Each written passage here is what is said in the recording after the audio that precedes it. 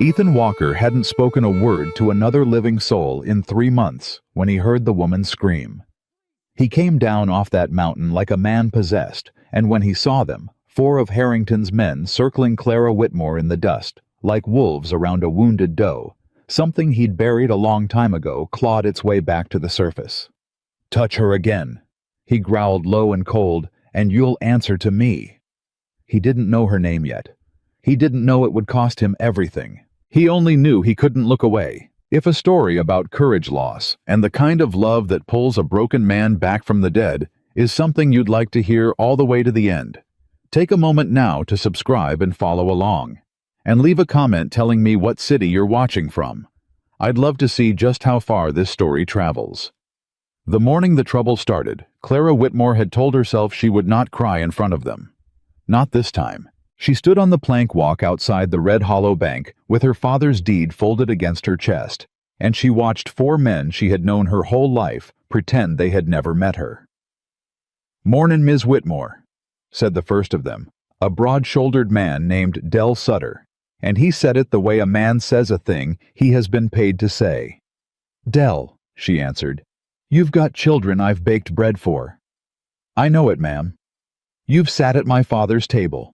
"I know that too." He wouldn't look at her. His eyes stayed fixed on a point somewhere over her shoulder, and his hat stayed on his head, and both of those things told her exactly how the morning was going to go. "Mr. Harrington sent us to talk sense with you. That's all. Just to talk." "Then talk," Clara said. "I'm listening." But she knew there was nothing to listen to. She had known it since the letter came, since the 3rd letter came, since the men on horseback started riding the fence line of her land, slow enough that she could count the rifles. Del shifted his weight. "The offer's fair, Ms. Whitmore. More'n fair. $240 for the whole parcel, and Mr. Harrington's willin' to let you keep the house through winter. That's generosity. That's a Christian offer. That land is worth 6 times that, and every man standing here knows it. Land's worth what a man'll pay for it." That was a second voice, thinner and meaner, belonging to a wiry rider named Cobb, who had come to Red Hollow only that spring and already carried himself like he owned the street. "And right now, ma'am, ain't nobody payin' but Mr. Harrington. You go askin' around, you'll find that out real quick." "I've already found it out," Clara said quietly, because she had. She had ridden to the land office in Casper. She had written to a lawyer in Cheyenne. She had done every single thing a widow was supposed to do, and every door had closed soft and polite in her face, and she had come to understand something. In the last month that had aged her a decade, William Harrington did not need to break the law to take everything from her. He owned the men who enforced it. "Give us the deed, Ms. Whitmore," Del said. And now there was something almost gentle in it, almost like pity. And that was worse than the meanness. "Let's not make this ugly. You're a widow woman alone. Ain't nobody out here to make it easy on you. Sign it over. Take the money. Go to your sister in Ohio. Start clean." "I don't have a sister in Ohio." "Then start clean somewhere. This is my clean somewhere." Her voice cracked, and she hated it, hated the way it wobbled, hated that these 4 men got to hear it. "My husband is buried on that land. My father is buried on that land. My mother. You want me to sign my whole family into the dirt and ride off like they were never—" "Deed, ma'am." Cobb stepped in close. Too close. He put his hand out palm up, and his fingers were already curling like he meant to take it, whether she gave it or not. One way or the other. And that was when Clara Whitmore did the thing she had promised herself she wouldn't do, except it wasn't crying. It was worse for them. She held the deed tighter and lifted her chin and said, "No." The word landed in the dust between them like a dropped glass. Cobb's easy smile went flat. "Say that again." "No, I won't sign it. I don't care what your Mr. Harrington offers me, and I don't care how many of you he sends. You can ride out to my land every day for the rest of your natural lives, and the answer is going to be the same word, and you can carry it back to him." For a moment, nobody moved. Then Cobb reached for the deed, and Clara pulled it back, and his hand closed hard around her wrist, instead hard enough to make her gasp, hard enough that the bone ground beneath his grip. "Now you listen to me," he hissed low, jerking her half off her feet. "You dried up little. Let go of me. You think you're gonna stand out here in the street and tell 4 grown men no, like you're anybody at all. You ain't nobody, ma'am. You're a woman with no husband and no money and no friends, and by tomorrow you won't have no land neither, and the sooner you—" "I said let go of her." The voice came from behind them. It wasn't loud. That was the thing Clara would remember for the rest of her life, how quiet it was. It didn't shout, and it didn't threaten. It simply arrived low and level, and cold as creek water in March, and it cut clean through everything else on that street. Every man there turned. He stood maybe 20 feet off at the mouth of the alley between the mercantile and the feed store, and Clara had never seen him before. She was sure of that. She would have remembered. He was tall and lean and worn down to rawhide, the kind of leanness that came from years of hard country and not much else.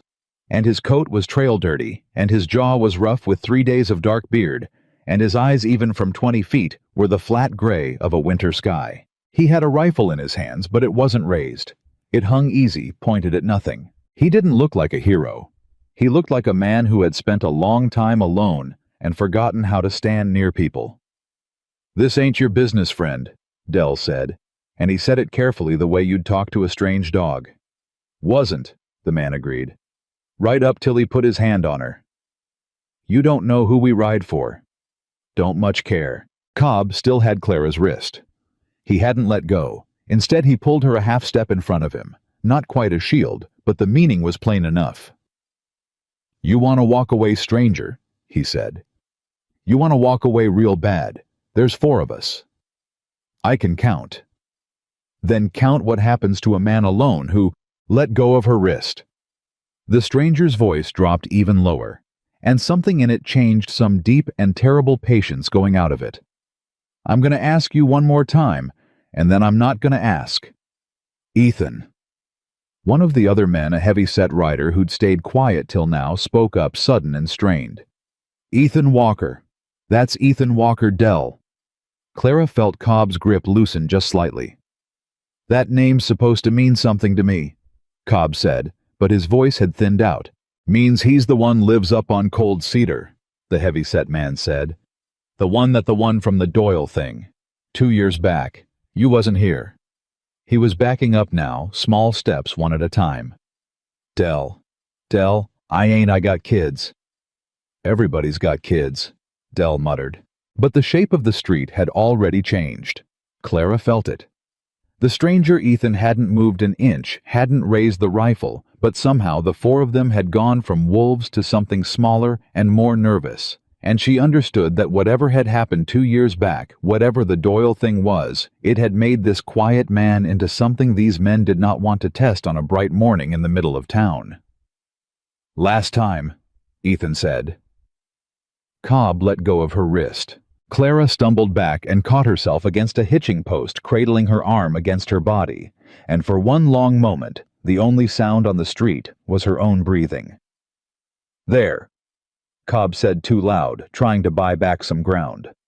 "There, she's let go. No harm done. Ain't nobody hurt." "Get on your horses," Ethan said. "Now hold on. Get on your horses and ride out and tell whoever pays you that the next man who lays a hand on this woman is going to have a conversation with me. And I don't reckon he'll enjoy it." He tipped his head just slightly toward the far end of the street.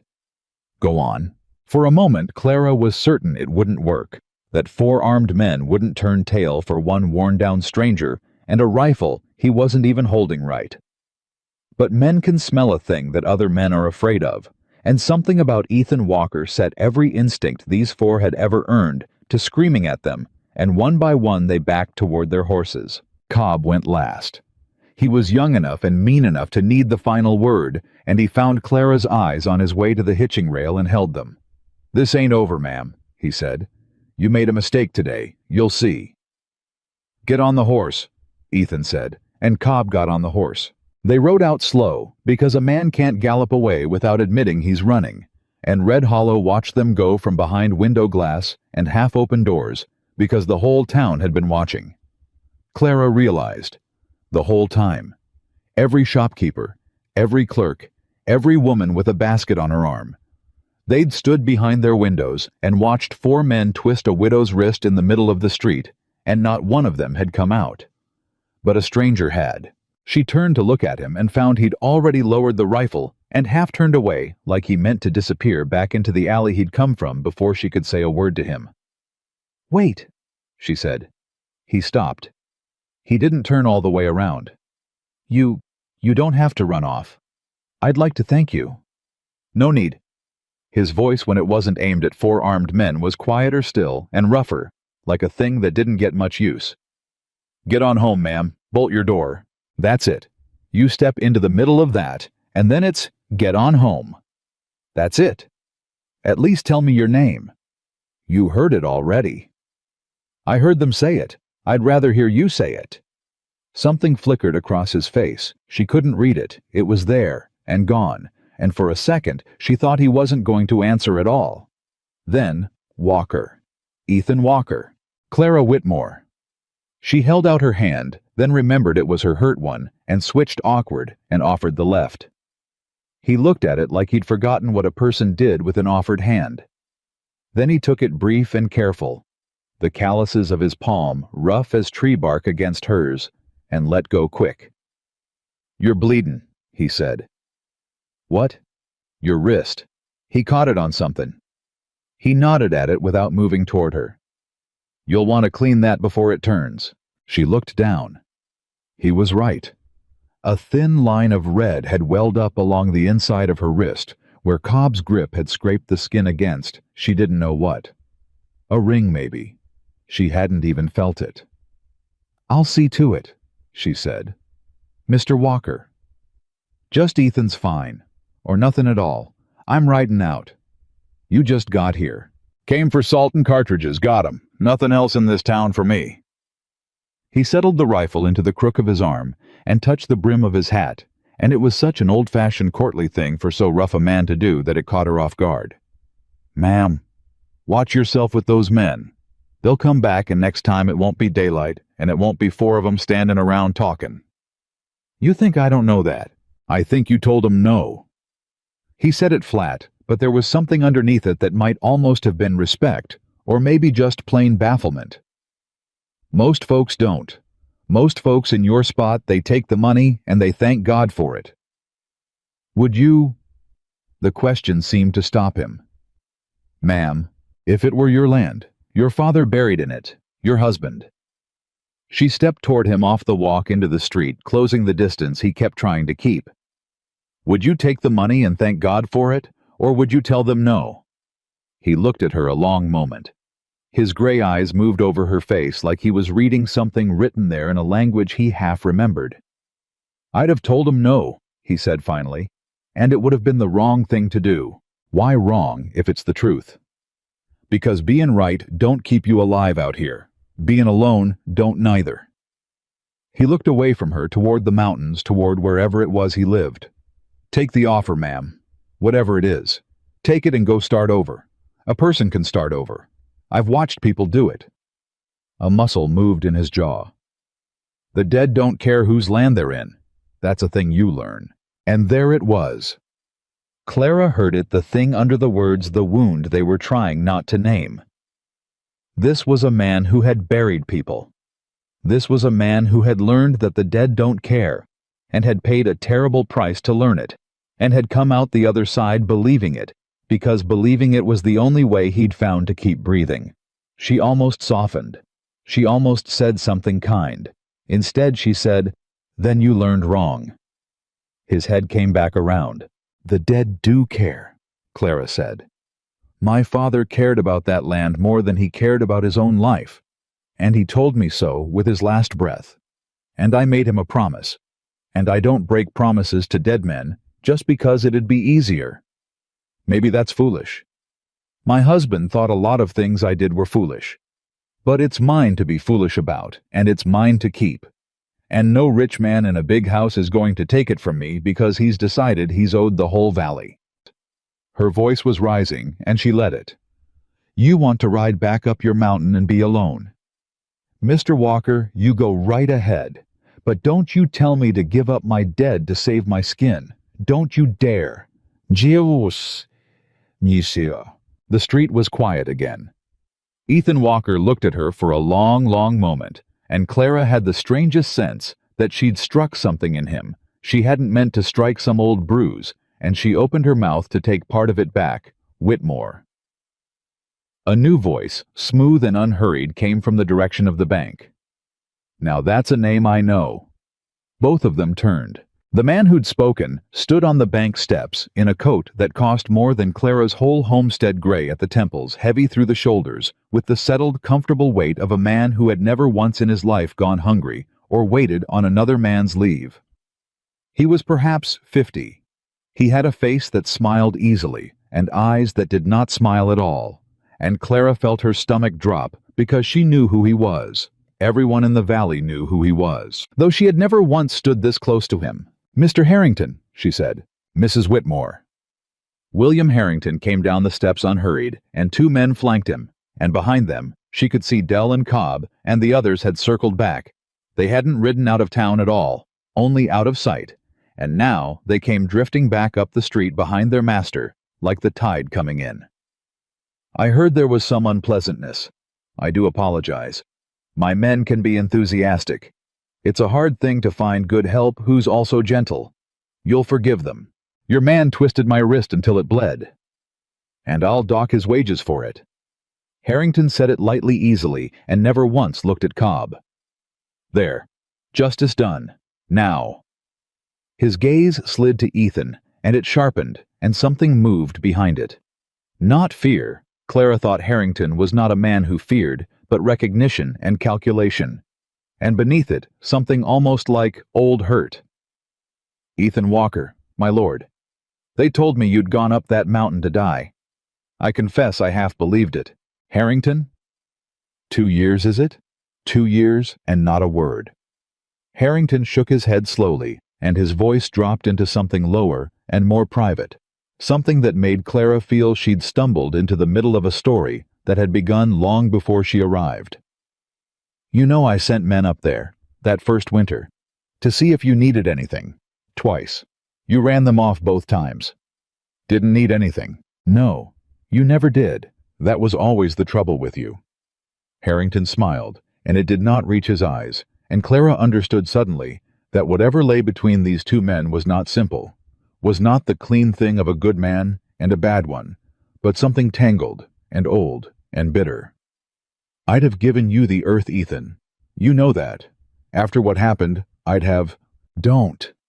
The single word came out of Ethan low and hard, and for the first time all morning, his easy stillness cracked, and Clara saw beneath it something raw enough to make her look away. "Don't you talk about what happened. Not to me. Not ever." The two men stood facing each other in the dust, and the whole town held its breath. Then Harrington spread his hands, all reason and regret. "As you like. Old wounds. I only meant it does my heart good to see you down off that mountain, whatever brought you. It surely does." He turned back to Clara, and the warmth in his face was a thing he could put on and take off like a coat, and he put it on now. "Mrs. Whitmore, let's you and I speak plainly since we're all being so honest this morning. That land of yours is failing. You know it's failing. You've got no man to work it, no money to hire one, and no water rights worth the paper they're printed on, because the creek that feeds your lower 40 crosses my land first, and I am under no obligation to let it keep crossing."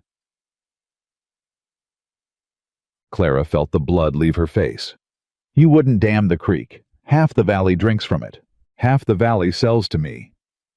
He said it gently, almost sadly, like a man explaining a hard truth to a child. "You're the last Mrs. Whitmore. Do you understand that the Petersons sold in the spring, the Kellys in June, the Doyles—" He paused, and his eyes flicked just once toward Ethan, and Clara didn't understand it, but she saw Ethan go rigid. "Well, there are no more Doyles. You are the last holdout in a valley I have spent 15 years putting together, and you are a widow with a bad wrist and a dead family and $11 in that bank behind me, and I am offering you $240 and a clean start, and you are saying no." He shook his head. "Why? For God's sake, why help me understand it, because I have tried and I cannot. What? Because it's mine. It's dirt. It's mine dirt. Her voice shook, but she held it. And you can dam every creek in Wyoming, and it'll still be mine, and I'll haul water in a bucket on my back before I sign it over to you, so save your breath, Mr. Harrington. You've made your offer. I've heard it. The answer's the same as it was this morning. Harrington studied her for a long moment, and then Clara would think about this for a long time after the warmth went out of his face entirely all at once, like a lamp turned down, and what was left underneath was flat and patient and terrible. You know, he said quietly, I liked your father. I did. Cussed old fool, but I liked him. And I'll tell you what I told him. God rest him the week before his horse threw him. He leaned in slightly. There is no version of this where you keep that land. There is only the version where you sell it to me for $240 and walk away alive, and the version where you don't. Those are the only two. Everything else is you deciding how bad you want the second one to hurt.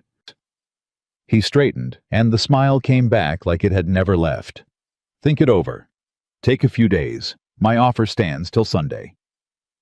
He touched his hat to her, mocking that gesture coming from him, a filthy little imitation of the real thing Ethan had done, and turned to go. Ethan, always a pleasure. Do give my regards to Cold Cedar.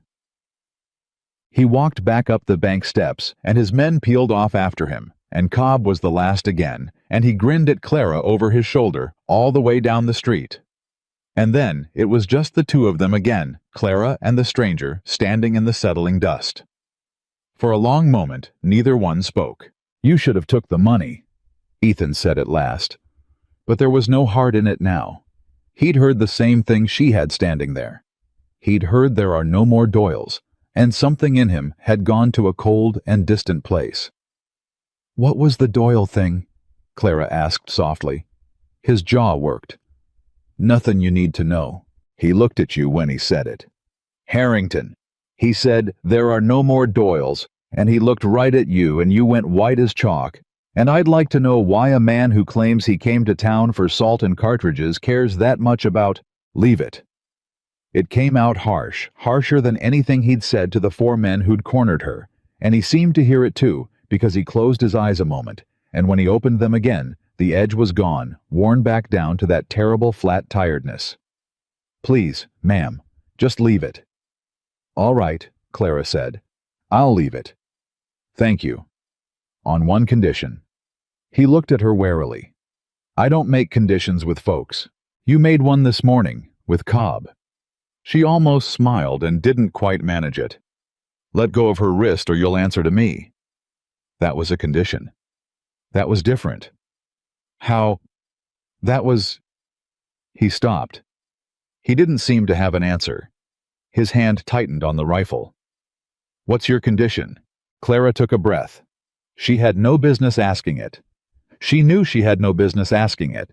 He was a stranger, a hard and haunted man who wanted nothing more than to get back up his mountain and be left alone, and she had a bad wrist and $11 and a valley full of neighbors who'd watched from behind their windows. She had absolutely no business asking this man for anything, but she had heard Harrington say, those are the only two, and she had understood every word of it, and she was underneath the chin she kept lifting, very, very afraid. Ride out to my place, she said. Just once. Just to look at it. My fence lines the creek the house. You know this country, and I only half do, and those men are coming back. You said so yourself next time in the dark. I'm not asking you to stay. I'm not asking you to fight anybody. I'm asking one man who knows the land to walk it with me one time and tell me honestly whether there's any way at all to hold it. And if you say there's not... Her voice caught, and she made herself finish. And then I'll believe you. And I'll take his money on Sunday. I swear I will. Ethan Walker looked at her for what felt like a very long time. You don't even know me, he said. No, but I watched a whole town full of people I've known my whole life stand behind their windows this morning while a stranger stepped out into the street for me. So I reckon I know which of you I'd rather trust. She held his gaze. One ride, that's all. Then you can go be alone forever if that's what you want. I won't stop you." Somewhere behind them, a door opened. A shopkeeper who'd watched the whole thing from safety leaned out, saw the two of them still standing there, and thought better of whatever he'd meant to say, and pulled the door shut again. Ethan watched him do it, watched the door close, watched the town he'd come down off his mountain into for salt and cartridges tuck itself back behind its glass and pretend none of it had happened. Something in his face changed. "One ride," he said. Clara let out a breath she hadn't known she was holding. "One ride. I look at it. I tell you the truth of it and then I'm gone. No matter what the truth is. No matter what. And you keep your word. If it can't be held, you take his money Sunday and you don't argue with me about it." "I keep my word," Clara said. "I always keep my word. Ask anybody in this town. It's about the only thing I've got left to keep." Ethan looked down the empty street one more time in the direction Harrington had gone, and something crossed his face that Clara couldn't name, something that looked almost like a man arguing with himself and losing. "There are no more Doyles," he said quietly to no one, to himself. "What?" "Nothing." He shook his head once hard, like a horse shaking off flies, and settled his hat. "Get your horse, Mrs. Whitmore. We'll ride out now while it's light. I don't much want to be on your land after dark, and I expect after this morning you don't either." "Clara," she said, "if we're riding out together, you may as well call me Clara." He didn't answer that. But when she went to fetch her horse from the livery, cradling her hurt wrist, he fell into step a little behind her, and he didn't ride off up his mountain, and that Clara thought that small thing, a hard man choosing to walk toward the town's trouble instead of away from it, was the first crack in a wall that had been 15 years in the building. She didn't know yet what the Doyle thing was. She didn't know that the deed folded against her chest held a secret. Her father had died carrying a secret that would, before the leaves turned, put a rope around William Harrington's neck or hers. She didn't know that the quiet man walking behind her had once had a wife and a name for her, and had spoken that name into the dark of his cabin every night for 2 years, like a prayer to a God he no longer believed answered. She only knew that her wrist hurt, and that the answer she'd given 4 men and 1 rich man was still no, and that for the first time since her father went into the ground, she was not walking alone. At the livery, she swung up onto her old bay mare, wincing, and looked down at him. "You never did tell me," she said. "Back there. Why'd you step in? You said yourself it wasn't your business. 100 men rode past me this morning and looked the other way. Why not you?" Ethan Walker mounted his own horse, a rangy gray, that stood a full hand taller than her mare, and settled the rifle across his lap, and for a moment she thought he wasn't going to answer at all. Then he looked at her, and the flat gray of his eyes had something moving in it now. Something that had been dead a long time, and wasn't quite all the way dead after all. "Because a long time ago," he said, "there was a mornin' just like this one, and I was up on my mountain where it was safe, and I didn't come down." He turned his horse toward the edge of town, toward the open country, and the long ride out to her failing land. "I told myself I'd never make that mistake twice." And he touched his heels to the gray, and rode, and Clara Whitmore rode after him, out past the last building, out past the last window with a face behind it, out into the wide and pitiless country where a rich man had decided he was owed the whole valley, and one widow had decided he wasn't, and a broken man had just decided without quite meaning to that this time he would not look away. The morning sun climbed. Their 2 horses threw long shadows on the road. Behind them, in the window of the finest house in Red Hollow, William Harrington watched them go and set down his coffee and said very quietly to the man beside him, "Walker's in it now. Everything changes." He turned from the glass. "Find out what she's got out there that's worth dying for. Because I've offered that fool woman 4 times what that dirt is worth, and she keeps saying no, and William Harrington has learned one thing in 50 hard years." He picked the coffee back up. "When a person won't sell you a thing at any price, it's because they know something about it that you don't." They rode the first 2 miles without a word, and it was Clara who broke it.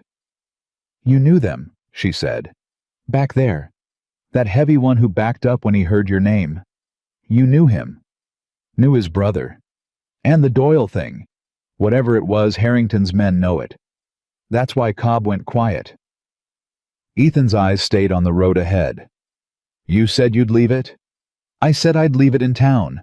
We're not in town. He almost smiled. Almost. You always this way. My husband said I could argue the bark off a tree. She shifted her reins to the hand that didn't hurt. He's been dead 3 years and I still win most of our arguments. That got something out of him, not a laugh but a breath through the nose that stood in for one. Then it was gone. How far to your place, he said. Another hour. You're changing the subject. I'm real good at it. She let him have it that time. But she filed it away, the same as she'd filed away. There are no more Doyles, and the way his knuckles had gone white on the rifle when Harrington said it. There was a whole man buried under all that quiet, and she'd already decided she was going to dig him up one word at a time, whether he liked it or not. They came over the last rise, and her land opened up below them, and Ethan reined the gray in and sat looking at it a long while before he said anything. Your fence is down in 3 places I can see from here, he said finally. I know it.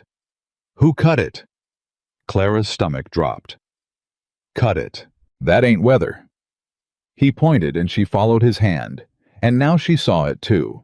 The posts leaning where they shouldn't lean, the wire coiled back on itself. Weather leans a post. A man with cutters takes the wire and rolls it so the cattle drift out slow and you don't notice for a day or two. Somebody's been at this 3-4 times. Recent. He turned to her. You been losing stock. I've yes. 6 head this month. I thought they'd strayed. The creek, I thought maybe they went up the creek and they didn't stray.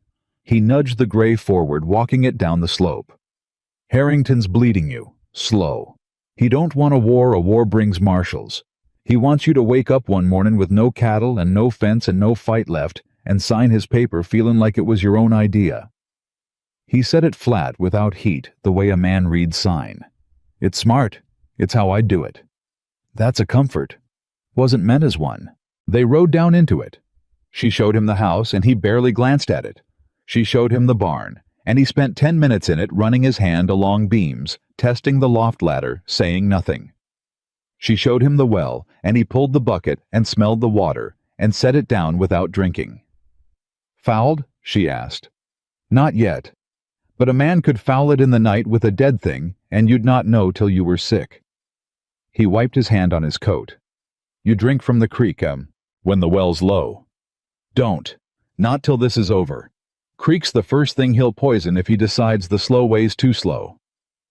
He looked at her, and there was something almost like an apology in it. I'm not telling you this to scare you. You're doing a fine job anyway. I'm telling you so you'll take the money.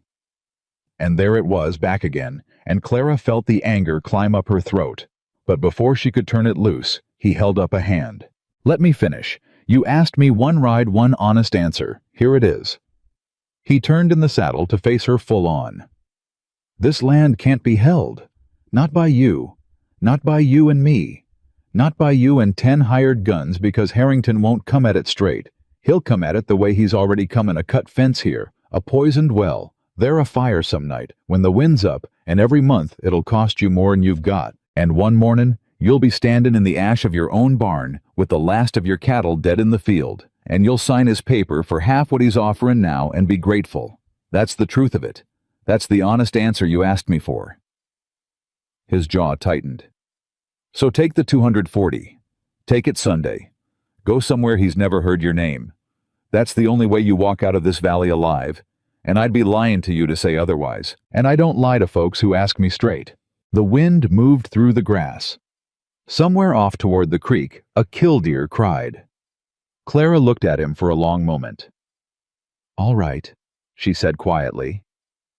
Ethan blinked. He'd braced for the argument, she could see it. He'd braced for her to fight him, and the fact that she didn't seem to throw him worse than any fight would have. All right, you gave me an honest answer. I asked for one, and you gave it, and I said I'd believe you, and I keep my word. She swung down off her mare slow and stood holding the reins, looking out over the fallen fence and the empty field where her cattle used to be. So I believe you. This land can't be held. She turned to him. Now come inside. You rode 2 hours out here. Least I can do is feed you before you ride 2 hours back to be alone. Ma'am. Clara. I don't need feedin'. Everybody needs feeding. It's about the only thing I know for certain. She was already walking toward the house. There's cornbread from this morning, and beans, and about half a ham, and if you make me eat it alone in that empty kitchen one more evening, I think I might finally start to cry.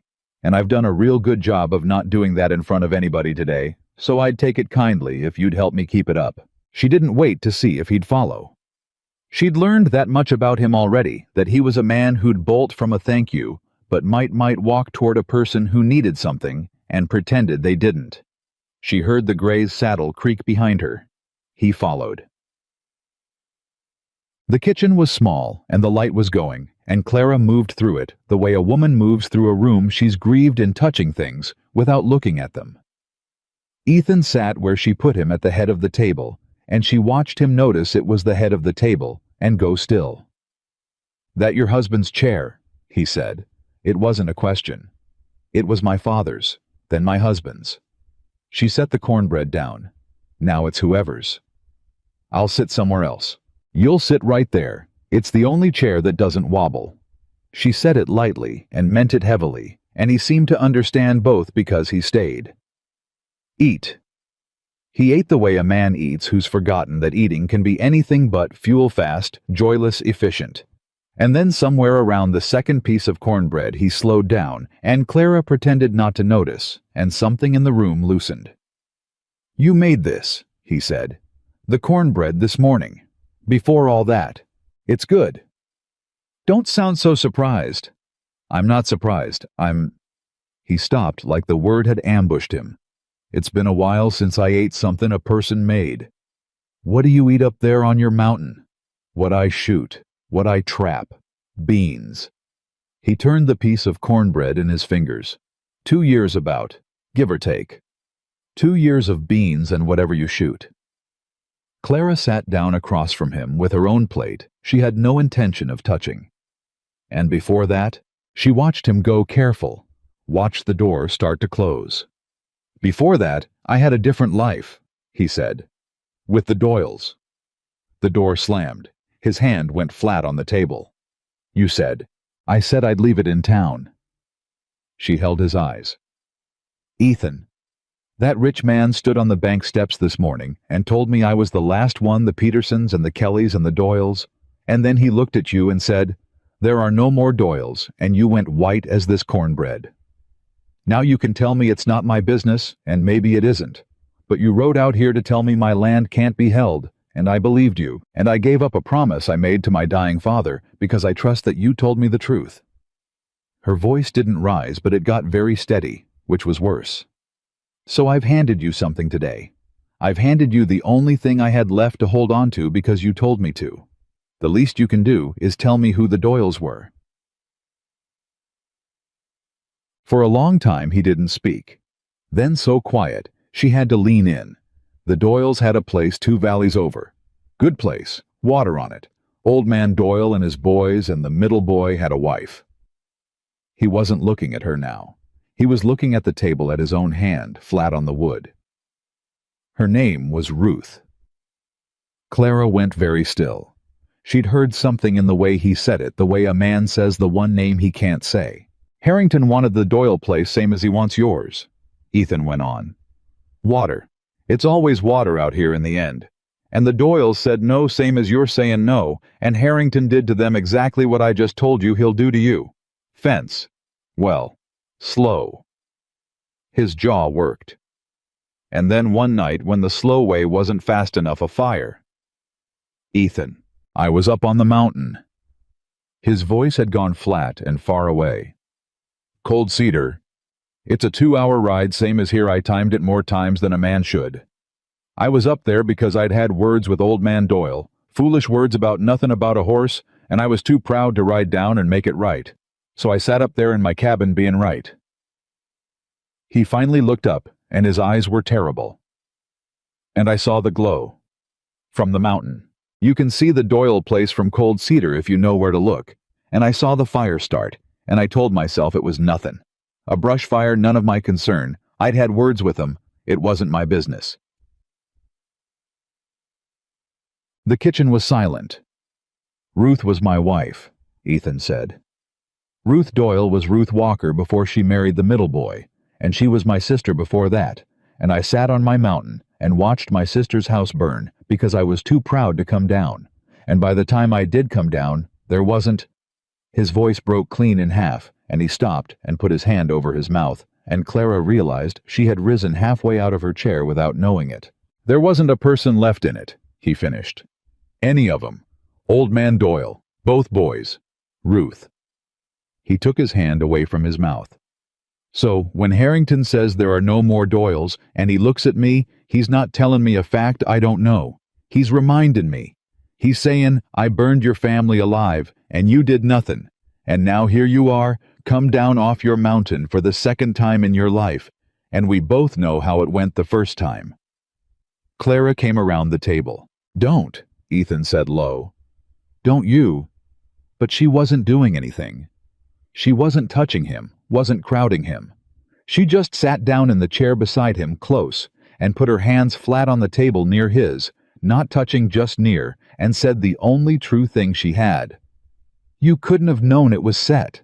I didn't wait to find out. That's the whole of it. I didn't come down. He shook his head. Everybody wants to make it into a thing I couldn't have stopped. Maybe I couldn't, but I didn't try. There's a difference, and I've had 2 years of nights to learn it. A man can live with couldn't. It's didn't that puts you up on a mountain talking to the dark. And now Harrington's doing it again. To me. Now Harrington's doing it again to you. He looked at her. And you understand now why I want you gone. Take the money, Clara. I've watched this exact thing burn one family to the ground with my own eyes, and I will not sit up on that mountain and watch it a second time. So do me the mercy. Take his paper Sunday and ride out and let me go back to being a ghost in peace. Please. And Clara Whitmore, who had been about to argue, who had a whole speech built up behind her teeth about promises and dead fathers and mine dirt. Clara looked at this shattered man, asking her to leave, so that he would not have to watch her die. And she understood that his asking her to go was the kindest and most cowardly thing he had ever done both at once, and she loved him a little for the kindness and refused him entirely for the cowardice. No, she said gently. He closed his eyes. But I'll make you a different deal, she said. You want to know why I won't sell? Why I really won't? It's not just the promise. It's not just my dead. She stood and crossed to the old sideboard and knelt and pried up a floorboard that came loose too easy the way a board comes loose that's been pried up before. My father knew Harrington was coming for us. 2 years ago, he knew right around the time your Doyles burned. And he did something about it. He went to Cheyenne, and he didn't tell me why, and he came back with this. She lifted out an oilcloth bundle and set it on the table and unwrapped it, and inside was the deed. But under the deed was a second paper folded small water-stained official. What is that? Ethan said. I don't know. I can't hardly read the half of it, it's all lawyer words. But there's one part I understood. She unfolded it with shaking hands and turned it toward him and pointed. Right there. Ethan leaned in. His lips moved as he read, and Clara watched the color drain right out of his face. That's not your land, he said. What? This, Clara, this water right. This ain't for your lower 40. He was reading fast now, hungry, his finger moving down the page. This is a federal water grant. This is— Do you know what this is? This grants first water off that creek to the holder of this document over any and all downstream claims in perpetuity, filed and sealed at the Territorial Land Office 2 years ago. He looked up, and his eyes were blazing now, the dead gray of them lit from behind. Clara, your daddy didn't just own his land. Your daddy owned the water. All of it, the whole creek. Harrington's ranch, his cattle, every acre he's spent 15 years buying up, every drop that keeps it alive comes off this creek. and this paper says it belongs to whoever holds it, and you've had it under a floorboard for 2 years not knowing what it was." The kitchen was dead silent. "That's why he can't just kill you," Ethan said slowly, like a man watching a picture come clear. "That's why it's been fence and well and slow. He's not trying to run you off, he's trying to get you to sign. Because if you die, this passes to your heirs, gets tangled up in courts. Marshals come to sort it out and find a federal water grant, and the whole thing falls apart on him. He needs it signed over legal. Willing. He needs your name on a bill of sale that hands him this paper along with the dirt, and then he burns it, and there's no record, and he owns the water free and clear." He set the paper down like it might catch fire. "Clara, you're not the last holdout in his valley. You're the only thing standing between William Harrington and losing everything he's ever built. You've been holding a knife to his throat for 2 years, and you didn't even know you had a hand." Clara sat down hard. "That's why the offer keeps going up," she whispered. "That's why he came down the steps himself this morning. He never comes down the steps. That's why. And if I sign, if you sign, you hand him the one thing that could have ended him, and he burns it, and then—" Ethan stopped. "Then there's nothing keeping me alive," Clara finished. "Nothing at all. The minute my name's on that paper, I'm no more use to him than the Doyles were." They looked at each other across the table, and outside, the light was almost gone, and the whole shape of the day had turned over on its back like a beetle, everything Ethan had been so certain of 2 hours ago, lying kicking in the air. Because he'd ridden out here to tell her the land couldn't be held. And it was true the land couldn't be held, but the water was a different thing entirely. "Get up," he said, standing so fast the chair scraped. "What? You said take the money Sunday. Forget Sunday. Forget the money. Clara, if Harrington ever finds out what's under that floorboard, if he even suspects you know what you've got, this stops being slow tomorrow. Tonight, maybe. He can't afford for that paper to reach a marshal. He can't afford for it to reach anybody." He was already moving toward the window, checking the dark. "We have to get this to the territorial court in Cheyenne. Registered. Filed public, where he can't burn it and can't buy it. The second it's on the public record, he can't touch you because killing you don't unfile a public claim. It just brings the law down on his head. But right now, tonight sitting under your floor right now, it's just a piece of paper and a widow nobody'd miss." Cheyenne's 4 days ride. Then we leave at first light and we ride hard. Clara stood. "An hour ago you were begging me to take the money so you could go back to being a ghost." Ethan stopped at the window. He didn't turn around. "An hour ago, I didn't know your daddy left you a way to win," he said quietly. "The Doyles never had a way to win Clara. They just had a place they wouldn't leave, and a rich man who wanted it, and there was no version where they came out alive. I've run it 1,000 ways in the dark, and there's no version." He turned around. "But this is different. This is a paper that ends him if it reaches the right desk. This isn't a stand you die making. This is a fight you could actually—" His voice caught. "You could actually win this. And I couldn't save Ruth. I've known that for 2 years. But maybe I could." He stopped himself. "Say it," Clara said. "No. Say it, Ethan. I could get one right." It came out of him raw. "Just one. In a whole life of getting the important ones wrong, I could get one right. I could ride down off the mountain in time for once, for one person, and not have to spend the rest of my nights knowing I watched from up high and did nothing." He wiped a hand hard down his face. "That's a selfish reason. I know it's a selfish reason. You deserve a man helping you for your own sake, and all I've got is my own ghosts. But it's the truth, and you asked me for truth, and I don't lie to folks who ask me straight." For a moment, Clara couldn't speak at all. Then a sound cut the dark outside a horse. More than one. Down by the fallen fence. Ethan had the lamp out before Clara even understood what she'd heard, and then his hand was on her arm, pulling her down below the window, and his voice was in her ear so low it was almost nothing. "How many men does Harrington send when he means it? I don't. Guess. 4, 6. I don't know. I've never... There's at least 3 horses out there, and they killed the light on their own lantern the second they saw yours." His hand tightened on her arm. "They're not here to talk, Clara. Talkin's done in daylight. This is the other thing. This is the thing I told you was comin'. They can't know about the water. They can't we only just... They don't have to know about the water. They just have to spook you, or burn you, or take you." His face was inches from hers in the dark. "Where's your husband's gun?" "Eye the wall. By the door. It's loaded." "Get it! Stay low! And Clara..."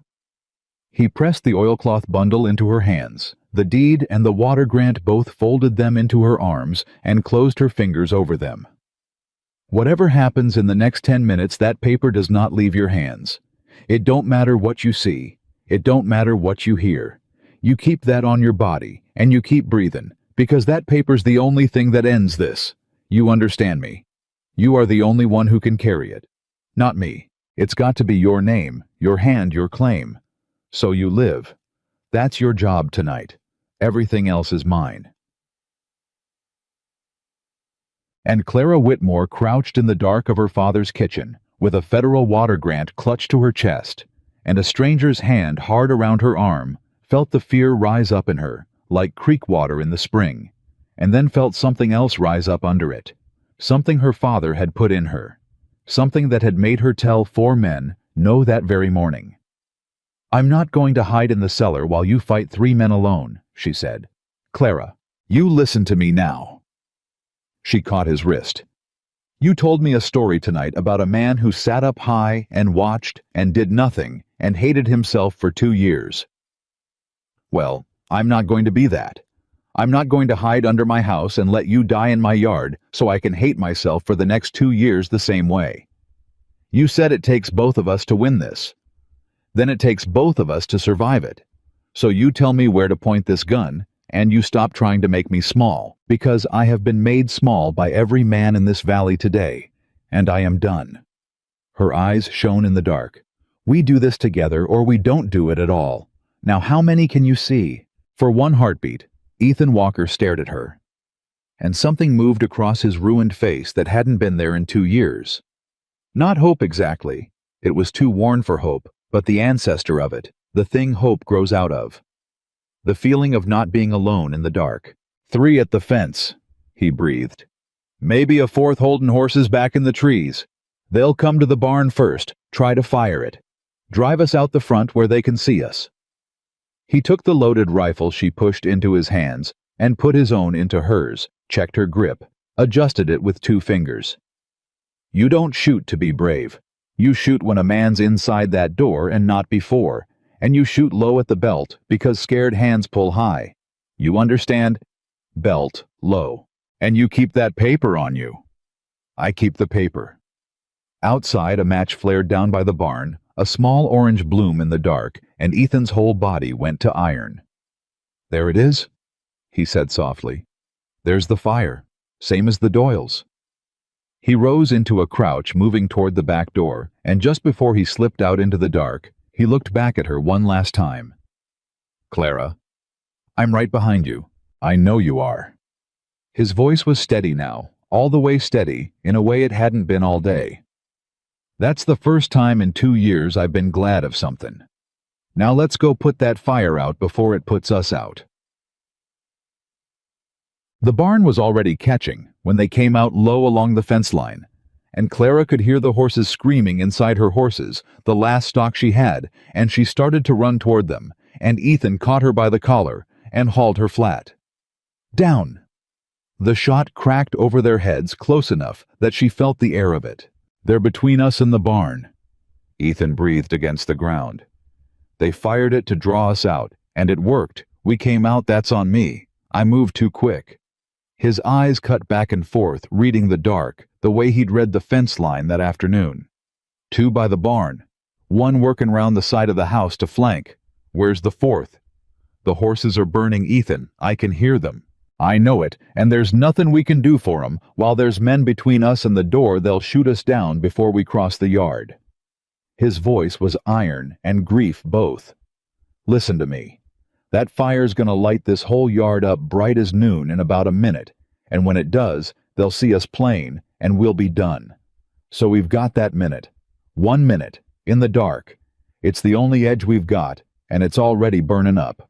A voice called out across the yard, easy and mocking, and Clara knew it Cobb. "Ms. Whitmore," Cobb called. "Ms. Whitmore, you out here. Mr. Harrington sends his regards. Says the offer's changed. Says it's $0 now, and a ride out of the county if you're smart. Come on out, and we'll talk about it. Real friendly." Ethan's mouth was at her ear. "He's talking to place you. Every word you say back tells him where you are. Don't answer." "Ms. Whitmore, or is that Walker's gray tied up by your house? Is the ghost of Cold Cedar paying house calls now?" A laugh sharp in the dark. "Harrington'll want to hear about that 2 birds, 1 barn." "He doesn't know about the water," Clara breathed. He thinks it's just about the land, about you being here, which means we've still got the one thing he don't know we've got." Ethan pressed the rifle stock tighter into her hands. "Here's what happens. That man flanking the house is going to come round that corner in about 10 seconds looking for the back door. He's going to find you instead. You do exactly what I told you. Low. Belt. When he's close. Can you do that?" "Where are you going?" "To the barn. To put out a fire and let some horses live for once in my life instead of watching 'em burn from up high." He gripped her shoulder hard once. "You hold this corner, Clara. You keep that paper on your body. And whatever you hear from over by that barn, you do not come after me. You hold the corner. That's the whole job. That's how we both live to ride to Cheyenne." "Ethan, say you'll hold the corner." "I'll hold the corner. Say you'll keep breathing." Her throat closed. "I'll keep breathing." "Good." And then so quiet she barely caught it. So quiet she wasn't sure for years afterward whether she'd truly heard it or only wished it. "Ruth would have liked you. She never took no orders from nobody neither." And then he was gone low and fast into the dark toward the burning barn, and Clara Whitmore was alone against the corner of her father's house with a loaded gun in her hands and a federal water grant against her heart. And she heard the boots coming round the corner before she saw the man, and she remembered Lowbelt. When he's close, scared hands pull high, and she pressed her back to the wall and lifted the gun and waited, and every promise she had ever made in her life came down to the next 10 seconds of breathing in the dark. The boots came closer. A shape rounded the corner. And out by the barn, over the roar of the fire and the screaming of the horses, she heard Ethan Walker's voice ring out clear and cold and unafraid, drawing every gun in the yard toward himself and away from her, exactly the way he'd planned it, exactly the way a man plans a thing, when he has finally decided that this time, this one time, he is going to come down off the mountain in time. "Cobb," Ethan roared. "You wanted the ghost of Cold Cedar? Well, here I am. Come and get me." The shape at the corner of the house turned toward the sound. And Clara Whitmore, holding her breath, holding her father's water and her whole family's ground, and the one honest promise she'd made a broken man in her kitchen an hour before, steadied the gun on the man's belt and did not pull high. The man came around the corner, and Clara Whitmore pulled the trigger. The gun bucked in her hands harder than she'd braced for, and the man folded at the middle with a grunt, like the air had been kicked out of him, and went down in the dirt clutching his hip, and Clara stood there with the smoking gun, and could not for the life of her make her hands work to do another thing. "You shot me!" the man wheezed, astonished. You shot me!" "I did," Clara said, and her voice came out steadier than she felt. "And I've got another one in here, so you stay down." Out by the barn, a gun answered Ethan's 2 guns, 3, and the night went to thunder, and Clara's whole body screamed at her to run to him, and she pressed her back to the wall and did not, because she'd given her word she'd hold the corner, and the man at her feet was already dragging himself toward the pistol he'd dropped. "Don't," she said. His fingers stretched for it. "Don't." He grabbed it, and Clara did the only thing she could think of. She stepped forward and kicked it out of the dirt with everything she had, and it spun off into the dark, and the man howled and grabbed her ankle and yanked, and she came down hard on her back with the breath knocked clean out of her, and the water grant crushed under her spine, and then his hands were on her big and hard, and reaching for her throat. "Where's the paper?" he snarled, close, his blood running warm over her leg. Harrington said, "Find the paper. Where is it? You tell me where." The paper. The word went through Clara like ice water. They knew. Somehow they knew. This wasn't just about the land, wasn't just about spooking a widow. Harrington knew about the water grant, or suspected it, and he'd sent men to find it. Which meant the moment they found it, she was dead. Which meant she could not under any circumstance let this man's hands find the oilcloth bundle wedged against her spine. So Clara Whitmore stopped fighting to get free and started fighting to keep him high, wrapped both arms around his neck and pulled him down against her chest so his groping hands couldn't get beneath her, held him the way you'd hold someone you loved, and screamed past his ear the only name that could save her. Ethan. He knows about the paper they know. The guns by the barn stopped. One heartbeat of silence. Then Ethan Walker's voice cut across the yard, and it wasn't the low, cold thing from the street that morning anymore. It was something torn wide open, something with 2 years of held-back grief behind it. "Clara! They know about the water grant!" she screamed, wrestling the bleeding man's hands away from her body. "Harrington sent them to find it, Ethan, he knows."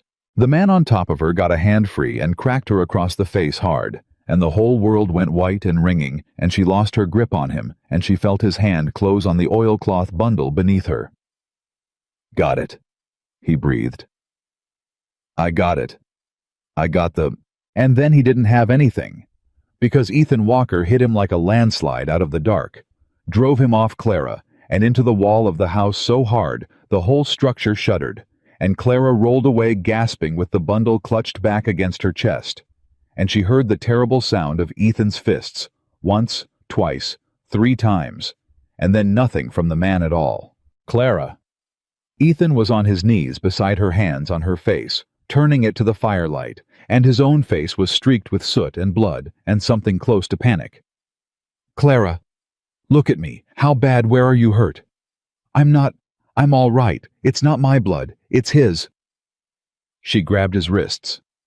"Ethan, they know about the paper." He said it. "Harrington sent them to find a paper." Which means Harrington already knows I've got something he's known this whole time. This wasn't just, "I heard you." Ethan's jaw was iron. "I heard every word." He hauled her up by the arm, fast, scanning the dark. "2 down by the barn. This one. That's 3. Cobb's still out there, and there was a 4th on the horses. We can't stay in this yard. They'll pick us off soon as that fire's high enough to see by. We need to be gone." "My horses, Ethan, the barn. I got 2 of them out, the bay and the gray. They're tied in the trees back of the house. I cut 'em loose and drove 'em out before Cobb's men made me for the barn." He was already pulling her toward the back of the property. "The others," his voice cracked just slightly. "I couldn't. There wasn't time. I'm sorry. I got 2. And Clara understood in the middle of running for her life what those 2 words cost him. I got 2. 2 years ago he'd gotten none. Tonight he'd run into a burning barn and gotten 2 horses out, and to a man who'd watched everything he loved burn from a mountaintop. 2 horses pulled, living from the fire was very nearly a whole religion. "Two's more than none," she gasped, running. "Two's good. Ethan, two's good. Save your breath for runnin'." They came into the trees where the bay and the gray stood spooked and stamping, and Ethan threw Clara up onto the mare before she'd half caught her breath, then swung onto the gray, and they were moving. Walking the horses quiet through the timber away from the light, and behind them, Cobb's voice rose up furious in the burning yard. "Walker! You hear me? Walker? You can run tonight, but Mr. Harrington owns this whole county. There ain't a road you can take. He don't watch. There ain't a town you can hide in.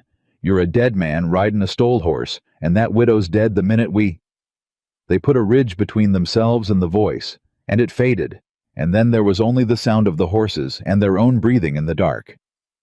They rode an hour before either of them spoke. It was Clara who finally broke it when the fire glow behind them had shrunk to nothing and the cold had started to work into her. "How did he know?" she said. "Ethan, that's the part I can't." "How did Harrington know about the water grant? My father hid it under a floorboard. I didn't know what it was myself until you read it 2 hours ago. How could Harrington possibly—" Been chewing on that same bone since I heard the man say it. Ethan's voice came out of the dark beside her, low and grim. And there's only one answer I can find that fits, and I don't like it. Tell me anyway. Your daddy filed that grant in Cheyenne 2 years back. Territorial Land Office. Registered it, sealed it, brought home his copy. Ethan let the gray pick its way down a slope. But a thing like that don't just sit in Cheyenne quiet. It's on the books. It's a public filing, which is exactly why it's worth something, because it's on the record where it can't be denied. But on the record cuts both ways, Clara. Anybody with the pull to have a man read them the territorial water filings. Anybody who paid a clerk, or knew a judge, or had a friend in the land office, they'd have seen your daddy's name on a first water grant for the whole creek. His voice hardened. Harrington's got that kind of pull. Harrington's got men in Cheyenne, so he's known for 2 years near about that somebody named Whitmore holds paper that can dry up his whole ranch. Clara's blood ran cold. 2 years. 2 years. Then why didn't he, Ethan? If he's known for 2 years, why am I still alive? Why the slow game? The fence? The well? Why not just... Because knowing the paper exists and knowing where it is are two different things. Ethan reined in and turned in the saddle to face her in the dark. Think it through. Harrington knows your daddy filed a grant, but your daddy dies thrown from a horse, you said, right around the time the Doyles burned. He let that hang a moment. You ever think hard about that horse, Clara? The night went very still around her. Say what you mean, she whispered. I mean, your daddy filed a paper that could ruin the richest man in the territory, and then a few weeks later, your daddy's horse threw him and killed him, and William Harrington stood on the bank steps this morning and told you he liked your daddy and told him the same thing he's telling you the week before his horse threw him. Ethan's voice was very quiet. He told you that himself. He near about confessed it to your face and dressed it up as a fond memory. The week before his horse threw him. Men like Harrington, Clara, they can't help it. They tell you what they did. They just make it sound like weather. Clara found she couldn't speak at all. The dark pressed in on her, and somewhere under it her father's face and the terrible new shape the last 2 years had just taken on. My father didn't fall, she said finally, and it wasn't a question. I don't know that. I can't know that. But I'd bet this gray horse under me that he didn't. Ethan's tone gentled. And here's the rest of it, and I need you to hear it, because it's the whole game we're playing. Harrington had your daddy killed, but your daddy was smarter than Harrington gave him credit for, because your daddy didn't keep that paper anywhere Harrington could get at it. Not a bank, not a lawyer's office, not a safe. He hid it under a floorboard in a widow's kitchen, and he didn't even tell his own daughter what it was, because he knew that the only way to keep it safe was to make sure not one living soul knew where it was. Not even you. Especially not you, because you couldn't tell what you didn't know. His voice caught. Your daddy died protecting you by keeping you ignorant, Clara. 2 years you've been sitting on the one thing that could hang Harrington, and the reason you're still alive is you didn't know you had it. The blank look on your face every time his men came around, that's what's kept you breathing. He couldn't kill you till he found the paper, and he couldn't find the paper, so he spent 2 years trying to squeeze you into signing it over willin', because a signed sale hands him the paper legal and lets him burn it clean. And tonight he stopped squeezing, Clara said slowly. Tonight he sent men to tear my house apart and find it. Tonight he stopped squeezing. Ethan turned his horse back toward the north. Which tells me something changed. Something spooked him into rushing. And I think I know what it was. What? Me. Ethan's jaw tightened. I came down off my mountain. For the first time in 2 years, the ghost of Cold Cedar walked into Red Hollow in broad daylight and stood in the street between his men and a Whitmore. And Harrington took one look at that and did the arithmetic same as I would have. He figured a man like me don't come down off a mountain for salt. He figured maybe I'd found out something. He figured maybe you and me together might get that paper someplace he couldn't reach it. Ethan's voice went flat and cold. So he moved tonight, fast and sloppy before we could. And that's the one mistake he's made, Clara, because sloppy leaves tracks. 2 of his men are dead in your yard, and one's got your bullet in his hip, and dead men and shot men are real hard for a rich man to explain to a territorial marshal. Clara sat with all of it a long moment, the cold and the grief and the sick new knowledge of her father, and then she did the thing that had made Ethan Walker follow her off a plank walk that morning. She lifted her chin. "Then we don't waste it," she said.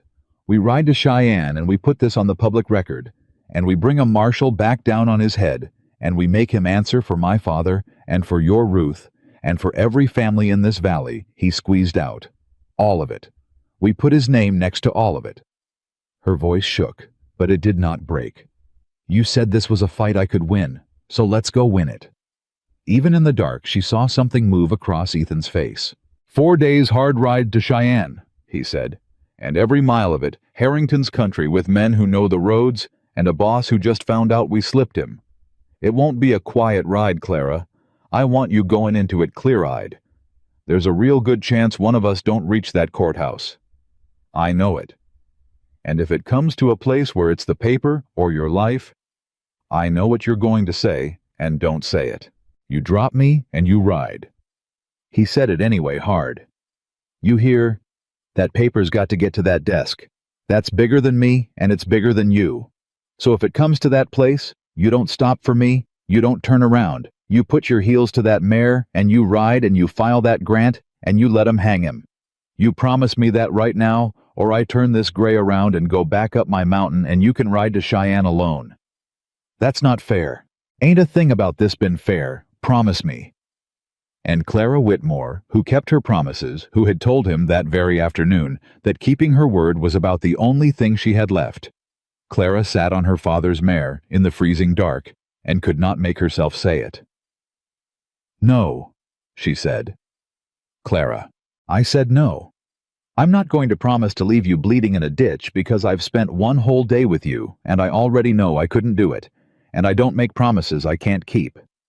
You told me a story tonight, Ethan Walker, about a man who left people to die and hated himself for 2 years. Well, I listened. And I'll be damned if I'll turn myself into that same haunted thing to save you the trouble of worrying about me."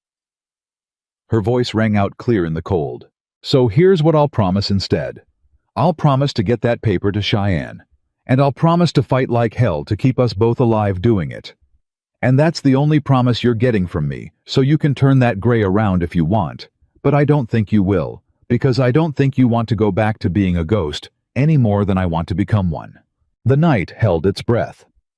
Then Ethan Walker made a sound that Clara had not heard him make all day, a short, rough, disbelieving thing that took her a moment to recognize as a laugh. "Ruth used to talk to me just exactly like that," he said, "word for word near about."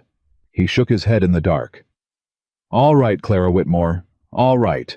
We keep each other alive. God help us both." He turned the gray north. "Now ride. We've got maybe 6 hours start before Harrington's got men on every road, and I mean to use every minute of it." They rode till the sky went gray and made a cold camp in a dry wash where the walls hid them, and Ethan wouldn't let her light a fire. "He'll have men looking for smoke," he said, handing her a strip of dried meat from his saddlebag. "This is breakfast. I'm sorry. After beans for 2 years, don't you apologize to me about food." Clara took it and chewed and watched him. He hadn't slept. She was fairly sure he hadn't so much as closed his eyes.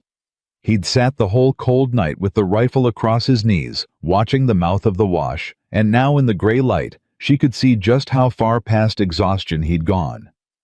"You have to sleep sometime." "I'll sleep when we're across the county line. You'll fall off your horse first. I've gone longer in this." "When?" He didn't answer, but she knew when. She knew exactly when. 2 years ago, the nights after the Doyle place burned a man learning that sleep was just a place where the fire waited for him. "Ethan," she set down the meat. "Last night, you went into that barn." "I did. Into the fire. To get the horses." She watched his face. "You've spent 2 years telling yourself you're the kind of man who watches things burn from up high and doesn't come down. And last night you ran into a burning barn for 2 animals that aren't even yours." She leaned toward him. That's not the man you keep telling me you are. His hands tightened on the rifle. Don't. I'm just saying what I saw. You don't understand. It came out of him rough and sudden. You think last night makes it better, like I got to run into a fire and prove I ain't a coward and now I'm mended. It don't work that way, Clara. It's worse. He was staring at nothing now at the gray wall of the wash. Because it means I could have, all along. 2 years I've told myself there was nothing to be done. The fire was too far. I couldn't have reached him in time. It was already too late by the time I saw the glow. I've told myself that 1,000 nights and made myself half believe it. And then last night, I run into a barn that's already lit, and I pull 2 horses out of it, and it's nothing. It's easy. A man can run into fire if he just decides to. Which means I could have run into the Doyle place. I could have gotten Ruth out. Maybe not the others, but Ruth. I could have. The arithmetic works, the timing works. I ran it last night while that barn burned, and it works. Clara, I could have saved her. And the only reason I didn't is I was too proud and too scared, and I stayed on my mountain. His voice shattered. So no. Last night didn't mend nothing. Last night just showed me the thing I've spent 2 years refusing to look at straight. That it was always a choice. That I always could have. And I didn't. Clara did not tell him he was wrong. She'd learned that much about grief burying a husband and a father and a mother, that you cannot argue a person out of the shape their guilt has taken, that the guilt is load-bearing, that it's holding something up. So instead she said very quietly, "Then last night you saved 2 horses to make up for it. And today you're riding 4 days through a killer's country to save a woman you met yesterday. And you're going to keep doing it, aren't you? For the rest of your life. Running into every fire you come across because you didn't run into that one." Ethan didn't answer. That's not redemption, Ethan. That's penance. And penance doesn't have an end. You'll run into fires till one of them takes you, and you'll call it justice. But it's just a slow way of climbing back onto that mountain to die. Maybe that's all I've got coming? No. Clara said it hard enough that his eyes came up to her. No, it isn't. Because here's the thing you left out of your arithmetic. Ruth, your sister. You keep saying you could have saved her. She held his gaze. Did she love you? What? Ruth, your sister, did she love you? His face worked. Course she did. She was my sister. Then she wouldn't want this. Clara's voice was fierce and low. No woman who loved her brother would want him to spend the rest of his life burning himself down as payment for a fire he didn't set. You didn't light the Doyle place, Ethan. Harrington did. You want to lay somebody at the foot of that fire, you lay him, not yourself. You made one mistake, you stayed home mad about a horse. That's a human mistake. Harrington made a choice to burn 4 people alive in their beds. Those are not the same sin, and Ruth would know the difference even if you won't. And if you go and get yourself killed running into fires as penance, then Harrington doesn't just get the Doyles, he gets you too. He gets everybody. You'd be handing him the last thing he wants, you dead and out of his way, and calling it your own idea. She was almost shouting now in the gray dawn in the cold wash. So don't you dare. Don't you dare ride to Cheyenne planning to die for me as your penance, Ethan Walker, because I will not carry it. You hear me. I already carry my husband and my father, and now I've got to carry the fact that Harrington probably murdered my daddy. I have got a full load, and I will not add your dead body to it, because you decided the way to honor your sister was to throw yourself on the next fire you found. You want to honor Ruth. You live. You get me to Cheyenne, and you hang the man who burned her, and then you live. You contrary, stubborn self-pitying. You live, and you let that be what you did for her, instead of dying to feel even. The wash rang with it, and then went silent, and Clara realized she was crying. Actually crying the thing she'd sworn she wouldn't do in front of anybody, and she scrubbed at her face, furious with the heel of her hand. And Ethan Walker looked at her like she'd reached into his chest and moved something that had been stuck for 2 years. "You done," he said softly. "No," she said, still scrubbing. "Yes. I don't know." He was quiet a long moment. "My sister?" he said finally. Would have liked you so much it would have been a problem. The two of you'd have run me right off my own mountain. His voice was thick. Nobody's talked to me like that in 2 years, Clara. Everybody handles me soft. Like I'm a cracked pot they don't want to finish breaking. You just... He gestured helplessly. You just say the thing. Somebody has to. Yeah. He wiped his own eyes rough and quick and pretended he hadn't. Yeah, I reckon somebody does. He stood and settled his hat and held out a hand to pull her up, and it was the first time all day he'd offered his hand instead of flinching from hers. Come on, we've got country to cross. And Clara... He paused, gripping her hand. I'll try. That's all I can promise you back. I can't promise I'll want to live. Not yet, that muscle's been dead too long. But I'll try. That's the truth, and I don't lie to folks who ask you straight. I know. She squeezed his hand and let him pull her up. I'll try, for now.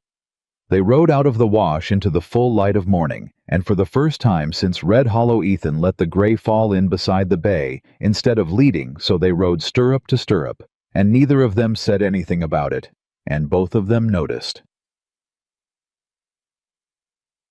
They crossed the county line at midday, and it was there, where they should have been safest, where Harrington's grip should have started to loosen, that everything came apart. There was a town on the far side of the line, small a water stop, and Ethan pulled the gray up short at the top of the last rise before it, and swore low and vicious. What? Clara said. What is it? Riders, front of the mercantile. 4 of 'em, and they ain't drinking coffee. His eyes narrowed. They're watching the road. Our road. The one road into this town from the south. That's not possible. We've been running all night. There's no way Harrington got men across the line ahead of... Telegraph. Ethan's voice was hollow. God help us, I didn't think of the telegraph. Harrington's got money, and Harrington's got wires. He didn't have to ride men ahead of us, Clara. He just had to send word up the line. Every town between here and Cheyenne that's got a telegraph office, he can have men waiting at every one of 'em by nightfall describing a man on a gray and a woman on a bay riding hard for the capital. He backed the gray off the rise out of sight. I've been thinking about this like it's just distance. Like if we outrun his horses we're clear. But it ain't distance, it's wire. He can put a message ahead of us faster than we can ever ride, and he's rich enough to hire a gun in every town it reaches. Clara felt the whole plan tilt under her. Then how do we get to Cheyenne if every town on the road has men waiting? We don't take the road. Ethan turned the gray north and east away from the town toward broken country. We go around. Off the roads, off the wire, across country, no telegraph reaches. It's slower, it's harder. There's no water I can count on, and no towns to resupply, and I don't know every mile of it. His jaw set. But it's the only way that don't ride us straight into a gun in every town between here and the courthouse. How much slower? 4 days become 7, maybe 8. 8 days of hard country with no resupply. You want to walk into that town down there instead, because those 4 men'll have us the second we hit the main street, and there won't be a marshal for 50 miles, and Harrington'll have his paper and 2 more bodies by supper. Ethan's voice was grim. Overland's bad, Clara. I won't pretty it up, but it's bad alive. That town's bad dead. Pick. Clara looked down at the little town at the 4 patient riders watching the wrong road, and understood that William Harrington had just reached out across 100 miles with nothing but money and a telegraph key, and closed a fist around every easy path she had. Overland, she said. Overland. Ethan agreed, and turned them into the wilderness. They rode the broken country 2 days, and the country tried to kill them the way Ethan had promised it would. The water he'd counted on at a seep he remembered was dry, and they went a full day on what was in their canteens, rationing it, swallow by swallow, Clara's lips cracking. The gray threw a shoe on the second day, and Ethan had to walk him 3 hours, leading him careful over rock, cursing soft and steady the whole way. They ate the last of the dried meat the second night, and after that, it was what Ethan could snare a rabbit one night, nothing the next. And through all of it, Clara kept the oilcloth bundle against her body day and night. The deed and the water grant her father's whole revenge wrapped in cloth and pressed to her ribs, until the corners of it wore a raw place on her skin. She stopped noticing. On the third night of the overland ride with no fire and no moon, and the two of them huddled back to back for the warmth of it, Clara felt Ethan finally give out. She felt the great weight of him sag against her spine as sleep took him at last. 5 days of it catching up all at once. And she sat very still, and let him sleep against her back and kept the watch herself, the rifle across her own knees, now learning what he'd carried. He woke before dawn with a violent start, grabbing for the gun, and she caught his wrist. "It's me. It's Clara. You're all right. You slept." He was breathing hard wherever he'd been. "How long?" 4 hours, maybe 5. I kept the watch." "You should have woke me. You should have slept days ago. Now we're even. Drink some water and let's ride. We've got—" She stopped. Because in the gray, almost light on the ridge behind them a mile back, the way they'd come, there was a rider. One rider, sitting a horse on the skyline, motionless, watching them. "Ethan!" Her voice went to nothing. "Behind us." He came fully awake in an instant, followed. Her eyes went still. "One man," he breathed. "Tracking us. Alone." He was already reading it, working it. "That's not one of Harrington's town guns. They don't work alone and they don't track. That's a different animal. That's a man who cut our sign somewhere back and been following it cross-country for days." His jaw tightened. "Harrington sent a tracker after us. A real one. Somebody who could follow us off the roads where the telegraph couldn't reach." He swore. "I should have figured. Rich as he is. Of course he's got a tracker." "What do we do? Can we lose him?" "Not on ground like this, and not with the gray short a shoe. Man who tracks that good, we won't shake him." Ethan's eyes never left the distant rider. "One man, though. One man I can deal with. It's 4 in a town that beats us. 1 tracker on open ground." He checked the rifle. "That I can do." "You mean kill him?"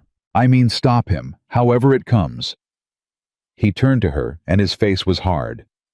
"Clara, listen to me close, because this is the place. This is the place I warned you about back on the first night. That man means to take that paper off your body and put us both in the ground. And he's better at this country than I am. And if I don't stop him here, he'll pick his moment and stop us." He pressed the rifle into her hands and drew the pistol for himself. "I'm gonna ride back and meet him. You take the horses on North Keep to the low ground, follow the wash till it forks, and take the right fork, and I'll catch you up." "Oh, no. Clara. Every single time, Ethan. Every single time it comes to something dangerous, you try to send me off to safety, and I have told you and told you. This is different. This is a tracker. This is a professional killer. This ain't 4 drunks around a barn. Which is exactly why you're not facing him alone." She gripped the rifle. "You said it yourself, he's better than you at this country. You said we keep each other alive. You gave me your word. Ethan Walker. You said I'll try 3 days ago in that wash. You said you'd try to live well. Trying to live doesn't mean riding off alone to meet a professional killer while you send me north. It means we think together and we come up with something better than you, dying gallant on a ridge." He glared at her, breathing hard. And then slowly the glare cracked. "You got a better idea," he said. It wasn't quite a question. "Maybe I do." Clara's mind was racing now. Fear turned to fuel, the way it had on the plank walk, the way it had at the corner of the house. He's tracking 2 horses and 2 people. That's what he expects to find at the end of our trail. So what if he finds something else? Ethan's eyes narrowed. "Go on. That wash you want me to ride down. It forks, you said. Right fork." She was building it as she spoke. "What if both horses go down the right fork, but only one of us is on them? What if you take both horses down the right fork? Loud, careless. Leave a trail a blind man could follow. And I go up the left fork on foot, quiet with the rifle.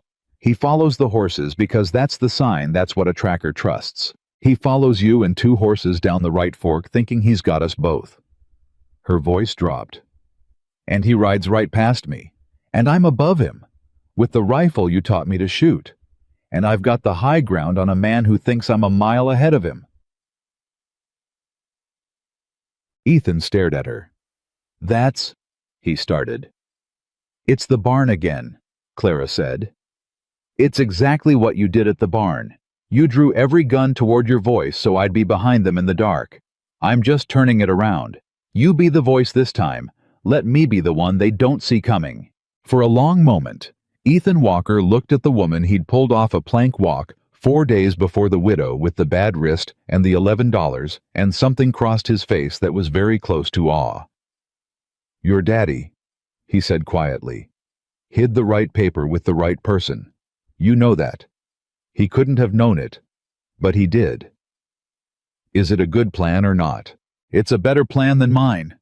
He holstered the pistol and took a breath. "But Clara, if it goes wrong, if he don't take the bait, if he reads it, if he's better'n we think, and he figures the split, then we're no worse off than if you'd ridden at him alone." She met his eyes. "But this way, there's 2 of us thinking. That's the whole point. That's been the whole point since the kitchen. 2 of us." The eastern sky was going pale. On the ridge behind them, the lone rider nudged his horse forward, starting down toward their trail patient and certain.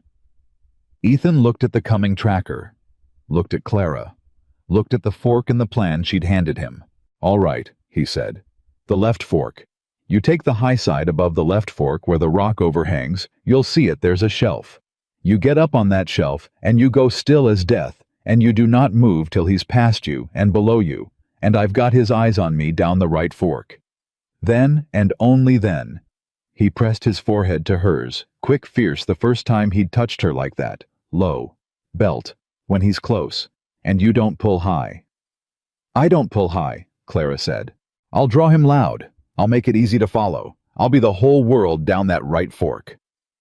He swung up onto the gray and gathered the bay's lead. "And Clara, whatever you hear from where I am, you hold the shelf. You hold it till he's below you. That's the job. Same as the corner. Hold the shelf. Keep breathing." She managed something that was almost a smile. "I know the drill by now." "Yeah." He looked down at her from the gray, and the light was coming up behind him, and for just a moment the haunted thing was all the way gone from his face, and something else stood in its place. Something she'd put there. "Yeah, you do." He touched his hat to her, the real one, the courtly one, the one he'd given her on the plank walk 100 years ago, and turned both horses down toward the wash. "Ethan." He stopped. "Come back up that right fork," Clara said. "You hear me? This isn't the fire you get to die in as penance. This is a plan where we both walk out. So you draw him loud, and you keep your fool head down, and you come back up that fork to me. That's your job. You don't get to skip it." For a moment, he just looked at her. "I'll try," he said. And then he was gone. Both horses clattering deliberately loud down into the right fork of the wash. A trail a child could follow, a widow and a mountain man fleeing north, exactly the way a tracker would expect. And Clara Whitmore alone on foot with a rifle and a water grant, and the whole of her father's revenge strapped to her ribs, turned and climbed fast and silent up the left fork, toward the shelf of rock above, where the overhang would hide her, where the high ground was, where a professional killer sent by the richest man in the territory was about to ride below her, thinking he was chasing 2 frightened people, and not knowing, not for 1 second, suspecting that the frightened widow had learned in 4 days to shoot low at the belt, and to never ever pull high. She reached the shelf. She lay flat. She pressed the rifle stock to her shoulder, the way he'd shown her, and sighted down into the wash below, and made herself into stone. And she waited. And below her, coming up the wash unhurried, reading the loud false trail Ethan had left, running down the right fork, came the tracker, close now, close enough that she could see the rifle scabbard on his saddle, and the flat, patient set of a man who killed for money, and had never once in his life imagined that the prey might be lying above him in the rocks, waiting with the high ground and a steady aim, and absolutely nothing left to lose. He passed below the shelf. He did not look up. Clara Whitmore let out a slow breath, settled the sights on the man's belt, and took up the slack in the trigger. She didn't pull the trigger. At the last half-breath, with the sights settled on the tracker's belt and the slack taken up, Clara Whitmore's finger would not close, and she understood in that frozen instant why. Because the man below her had reined in and cocked his head and was looking down at the ground at the fork, at the two sets of tracks going right, and the boot prints she'd left going left. And she watched him do. In 3 seconds what she'd prayed would take him 3 miles. He'd read the split. "Clever," the tracker said out loud to nobody to the rocks. He didn't look up. His voice was mild, almost pleasant. "Real clever, ma'am. Sending the horses down the wrong fork." He swung his rifle scabbard forward unhurried. "But a horse leaves a deep print and a person leaves a light one, and I been reading both since before you was born. You're up in them rocks, left side, above me." Still he didn't look up. "Now, you can shoot me in the back like a coward, or you can come on down, and we'll talk about that paper Mr. Harrington wants, and I'll make you a promise I don't often make you come down peaceable. I'll make it quick, and I won't touch you first. That's more mercy than most in my trade." Descia. Clara's heart slammed against the rifle stock. Shoot, every nerve in her screamed. Shoot. Now he knows where you are. Shoot. But she couldn't. Her whole life she'd never killed a soul. And last night's man she'd shot in a panic in the dark, half by accident. And this was different. This was lying still and cold above a man and putting a bullet in his back while he talked, and something in her that her father had raised up decent simply would not do it, and the tracker knew it. That was the terrible thing. He'd counted on it. He'd read her the same way he'd read the tracks. "There it is," he said softly, still not looking up, easing his horse forward. "You can't do it. I could hear you not doing it. That's all right, ma'am. Most folks can't. Comes as a relief to me, tell the truth, makes this the easy kind of—" "Then read this," Ethan Walker said. The tracker's head snapped around because Ethan wasn't down the right fork. Ethan was 30 feet up the left on foot, having doubled back the instant the horses were running loud and clattering on their own. Having read the same thing, Clara now understood that a tracker this good would read the split and would go for the light prints and would find her. And so Ethan had turned the whole plan inside out one more time, sent the horses down the false fork to run empty, and come back up the true one on foot and silent to stand behind the man who'd come hunting them. He had the pistol level, and it was already aimed. "You read tracks real good," Ethan said. "Read this one. Man behind you. Gun up. Close." His voice was the cold, flat thing from the plank walk. "You so much as breathe toward that scabbard, and this ends here." The tracker went very still. "Walker," he said, not turning. "I heard you was up on Cold Cedar being dead. Everybody keeps saying that. Harrington pays double for you, you know, on account of the Doyle business. He don't like loose ends, and you've been a loose end 2 years." The tracker's hands stayed carefully on his saddle horn in plain sight. "But he pays quadruple for that paper. So here's my offer, and I'll make it to the both of you, since I know she's up in them rocks listening. That paper's worth more'n either one of you, more'n both of you together. You give it to me, I ride it back to Harrington, and I clean forget I ever saw where the two of you went from here. You disappear. Change your names. Live." He shrugged easy. "Or you don't give it to me, and I take it off your bodies, and it's the same paper in Harrington's hand, either way. Only difference is whether you're alive to spend the rest of your lives someplace far from here. I'm a businessman, Walker. I don't kill for the fun of it. Fun's expensive. Give me the paper and everybody rides home." "Clara," Ethan said, not taking his eyes off the tracker. "You still up there?" "I'm here," she called down, and her voice shook. "You hear his offer?" "I heard it. What do you think?" And Clara understood he was asking her honest, that after 4 days he was not going to make this choice for her. That it was her paper and her father and her land, and he would follow her lead whichever way she called it. The whole weight of it sat on her chest with the oilcloth bundle. "I think," she said slowly, "that a man who kills for money doesn't forget where 2 people went. I think the second we hand him that paper, we're worth exactly nothing to him, and a lot more convenient dead. I think, "Give me the paper and live," is the same lie Harrington told my father the week before his horse threw him. Her voice steadied as she spoke it. So no, we don't give him the paper. We came 4 days through hell to put that paper on a public desk, and we're going to finish it. That's my read too, Ethan said. Foolish, the tracker sighed. Both of you, that paper's a... He moved.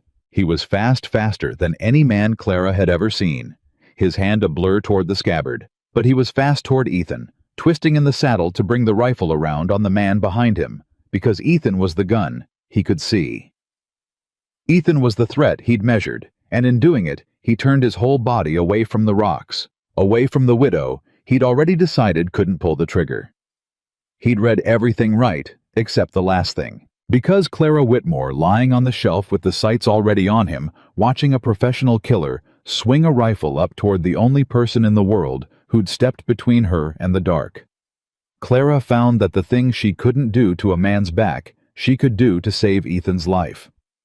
She pulled the trigger, and this time, she did not pull high. The tracker jerked, and the rifle fell out of his hands and clattered down the rocks, and his horse spooked out from under him, and he hit the ground of the wash hard, and did not get up fast, clutching low at his side, where her bullet had gone in exactly where Ethan had taught her at the belt. Low? And Ethan was already on him, kicking the fallen rifle away, pinning the man's wrist under his boot. "Clara," Ethan called up. "You hurt." "No." She was already scrambling down off the shelf, rifle in hand, her legs like water under her. "No. Is he?" "He'll live. You put it low right where I showed you." Ethan looked up at her as she came sliding down the last of the rock, and there was something enormous in his face. "You saved my life. You know that he'd have had me. I was a half-second slow. You saved my—" "Don't." Her voice broke. "Don't say it out loud. I'll fall apart, and I can't fall apart yet." She reached the bottom and stood over the bleeding tracker and looked at what she'd done, and had to grip the rifle to keep her hands from shaking. "I shot a man. A second one. In 2 days I've shot 2 men.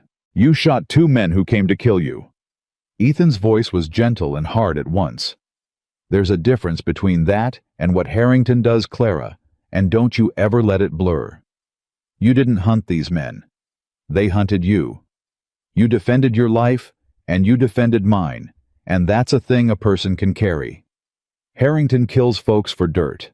You're not on his ledger. Don't you put yourself there." On the ground, the tracker laughed thin and pained. "Listen to the two of you, like it's a love story." He pressed a hand to his side. "It ain't. You know how this ends, same as it always ends out here. Rich man wins. Rich man always wins. You'll get to Cheyenne maybe, and you'll find Harrington's money got there first. He's got a Judge Walker. You didn't know that. He's got a territorial judge, man named Pruitt, in his pocket 10 years. He coughed. "You put that paper on a desk in Cheyenne, it's real likely the desk belongs to a man Harrington already owns. Then where's your justice?" Ethan went still. Clara felt the floor drop out of the whole plan a second time. "Is that true?" "He's trying to shake us," Ethan said, but there was doubt in it. "Believe what you want." The tracker's head lolled back. "But you asked yourselves how Harrington knew about the paper, didn't you? How he read the territorial water filings from 100 miles off? Ask yourself who showed him. A land office clerk don't hand a rancher another man's federal grant. But a judge with the run of the territorial records, a judge could." He smiled bloody. "You're not carrying that paper to justice. You're carrying it home, right into the one office Harrington's owned the whole time." The wash went silent. And Clara watched 2 years of Ethan Walker's certainty, his one clean fight, his one winnable thing, the single right he'd finally get to make in a life of wrongs, watched it start to crack right down the middle. "Then it's for nothing," Ethan said low. "All of it. Your daddy. The ride. It's if the judge is his, then there's no desk in Cheyenne that ends him. There's no—" "Stop!" Clara grabbed his arm. "Stop. Look at me. He wants you to say that. He wants us to quit right here in this wash so he can crawl back to Harrington and tell him where our bodies are. That's the whole reason he told us. A man doesn't hand you the thing that beats him out of the goodness of his heart. She turned on the tracker. You told us about the judge to break us, which means it's the one thing you're afraid of, which means there's a way around it. She looked back at Ethan, fierce. Think. You know how these things work better than I do. A crooked territorial judge, is he the only law? Is there nobody above him? And Clara watched Ethan Walker drag himself back from the edge, watched the mountain man mind she'd come to trust start turning again. Federal, he said slowly. The grant's federal, Clara. That's the whole reason it beats him. It's not territorial water law. It's a federal grant filed under federal seal. A territorial judge like Pruitt can drag his feet, lose the paperwork rule against us. Crooked, but a federal grant answers to a federal court. There's a United States Land Commissioner. There's a federal marshal, not a county one. Harrington's bought a U.S. marshal out of the federal court. His eyes were coming alight. We don't file it with Pruitt. We were always going to walk it into the wrong office. We take it past the territorial court entirely and put it in front of the federal land commissioner, and we swear out the murder. Your daddy the Doyles to a U.S. marshal, not a Red Hollow deputy. Harrington pays. Federal. Harrington's money runs the territory, but it doesn't run Washington. That's a whole different animal, and it's an animal even he can't buy whole. You're sure there's a federal court in Cheyenne? Territorial capital has to be. Federal land office, federal court, U.S. Marshal, the capital's exactly where they'd be. Ethan's voice was climbing. He just told us how to win Clara. He meant to break us, and instead he told us which door not to walk through. The judge is the trap. We go around the judge. On the ground, the tracker's bloody smile had gone flat and ugly, and Clara knew they had it right, because a man doesn't lose his smile over a lie. You'll never make it to a federal anything, the tracker said, but the ease had gone out of him. He'll have men in Cheyenne, on every office. Then we'll go around them too, Clara said. We've gotten pretty good at it. Ethan crouched by their tracker, quick and businesslike, and pulled the man's belt free and cinched it hard above the wound to slow the bleeding, and the tracker hissed. Why? The man gritted. Why patch me? I'd not have patched you.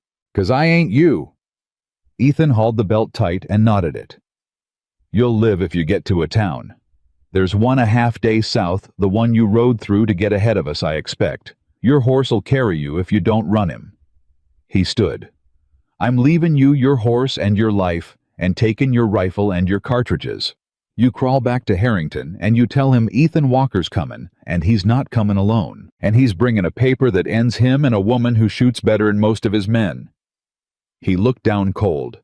And you tell him the ghost of Cold Cedar sends his regards. He'll know what it means. They left the tracker there in the wash with his belt cinched and his horse ground-tied, and a canteen of their own precious water beside him. Clara insisted on the water over Ethan's objection, and Ethan gave in, because after 4 days he'd learned that when Clara Whitmore decided a thing was decent, it was going to happen, and they whistled up the bay, and the gray from where the horses had fetched up at the end of the False Fork. And they rode north again, harder now, with a direction that had teeth in it. Federal Land Commissioner, Clara said as they rode. You keep saying it like a prayer.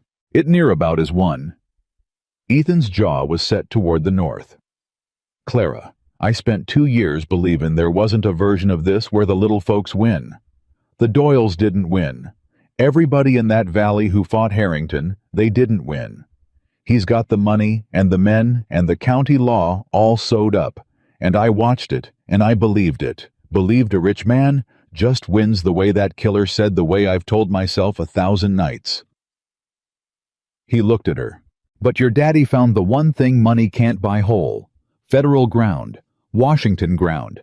Harrington's a giant in that valley, but in front of a U.S. commissioner, he's just another rancher with a stolen water claim and a stack of dead neighbors. His voice roughened.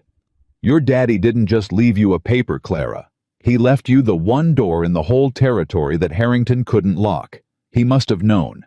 He must have filed it federal on purpose, knowing the territory was bought and the federal wasn't. He shook his head. Smart. Lord, he was smart. I wish I'd known him. He'd have liked you, Clara said, and her throat was thick. He always said the measure of a man was what he'd do for somebody who couldn't pay him back. She looked at Ethan across the space between the two horses. You've been doing it for 4 days for a woman with $11. Ethan didn't answer that, but he rode a little straighter. They came within sight of Cheyenne on the 7th day, gaunt and trail-filthy and half-starved, the horses stumbling and pulled up on the last rise to look down at the Capitol sprawled below, and it was Ethan who put words to the thing they were both thinking. He's down there, Ethan said. Somewhere, or his men are, waiting on every office we'd need. So, how do we get to the federal land commissioner without walking into Harrington's guns? We don't walk in the front. Ethan studied the town. And we don't do it looking like this. 2 starved riders on played-out horses, one on a gray. That's exactly what his men are watching for. That description's been on the wire 7 days. He turned to her. We go in changed. Different horses if we can trade for 'em. Different clothes come in from the North Road like folks who been in town a week, not the South Road like folks running from Red Hollow. And we don't go straight to the land office. We find one honest man first. One. Somebody federal, somebody. Harrington's money hasn't reached, and we bring him to the paper instead of bringing the paper to the office where they're watching. How do you find one honest federal man in a strange city in an afternoon? Ethan was quiet a moment. There's a thing I ain't told you, he said slowly, about the Doyles, about why Harrington got away with it clean. He kept his eyes on the town. After the fire, I came down off my mountain too late, like I told you, and I did one thing before I climbed back up to be a ghost. I rode to Cheyenne, 7 days just like this, and I found the federal land office, and I tried to swear out what Harrington did. His hands tightened on the reins. There was a young clerk there, a federal man, new earnest as a church. Name of Amos Trent. He took my whole statement down, every word about the Doyles and the fire and the water Harrington was after. Believed me. Said it was federal business on account of the Doyle place had a federal grant too, same as your daddy's. That's the piece I didn't put together till now. Clara, they all had federal grants. Your daddy and the Doyles both. That's the thread, and this clerk Trent, he said he'd take it up the line to the commissioner himself. What happened? Nothing happened. Ethan's voice was bitter. Weeks went by. Then a letter came up my mountain saying the matter was closed, insufficient evidence. The Doyle fire ruled an accident by the territorial court. Prewitt's court, before the federal side ever moved on it. Territory got there first and buried it, and the federal office let it lie, 'cause the territory'd already ruled. He shook his head. I figured Trent got bought like everybody else. I figured that was the day I learned the whole thing's rotten top to bottom. That's the day I climbed back up Cold Cedar for good and quit believing anybody down here'd ever do right. But, Clara heard the but in it. But I've had 7 days to think on it, Ethan said. And a bought man don't take a 2-hour statement down word for word and promise to carry it to the commissioner himself. A bought man says insufficient evidence to your face on day 1 and sends you home. Trent tried. Whatever happened to bury it happened above Trent Pruitt's territorial ruling, some pressure I couldn't see. But Trent down at the bottom, earnest as a church. Ethan turned to her. I think Trent's still down there, Clara. I think Trent's exactly the honest federal man we need, and I think he's been sitting on a Doyle file for 2 years that nobody'd let him do a thing with. And I think when a Whitmore walks in with a second federal grant and a live witness and a fresh set of bodies in a Red Hollow yard, that young clerk is gonna have everything he needed 2 years ago and didn't have. His voice was low and fierce. We don't need to find one honest man in an afternoon. I already found him 2 years ago, and I've spent 2 years calling him a coward when maybe he was just a good man with his hands tied, and now we're gonna bring him the rope to untie him. Clara stared at him. You think he's still there? Federal clerks don't move much. I think he's still there. It's the best card we've got, and it's better than no card. He gathered his reins. But Clara, I want you to hear the risk plain, because it's real. If I'm wrong, if Trent got bought after all, or Trent's gone and it's some other man in that chair, or Harrington's got the land office watched inside and out, then we walk that paper into the exact trap the tracker warned us about and hand it over ourselves. He held her eyes. I believed the whole world was rotten for 2 years. I could be wrong about that in a way that gets us killed. So it's your paper, and it's your call. You want to trust a clerk I met once 2 years ago on the worst day of my life.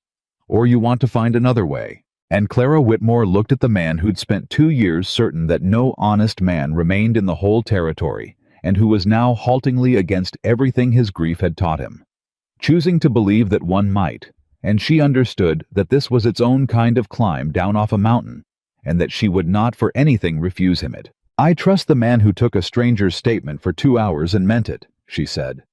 And I trust the man who remembered his name for 2 years. Let's go find Amos Trent. They traded the gray. It near about killed Ethan to do it.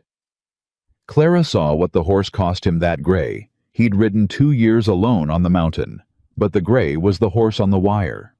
The horse every one of Harrington's men was watching for, and so, at a livery on the north edge of the city, Ethan traded it and a few of the tracker's cartridges for a plain brown gelding and a nod of no questions from a liveryman who'd seen trouble before and preferred not to know it. They bought clothes with the last of Clara's $11, a clean dress for her, a town coat for him, and washed the trail off their faces at a public pump.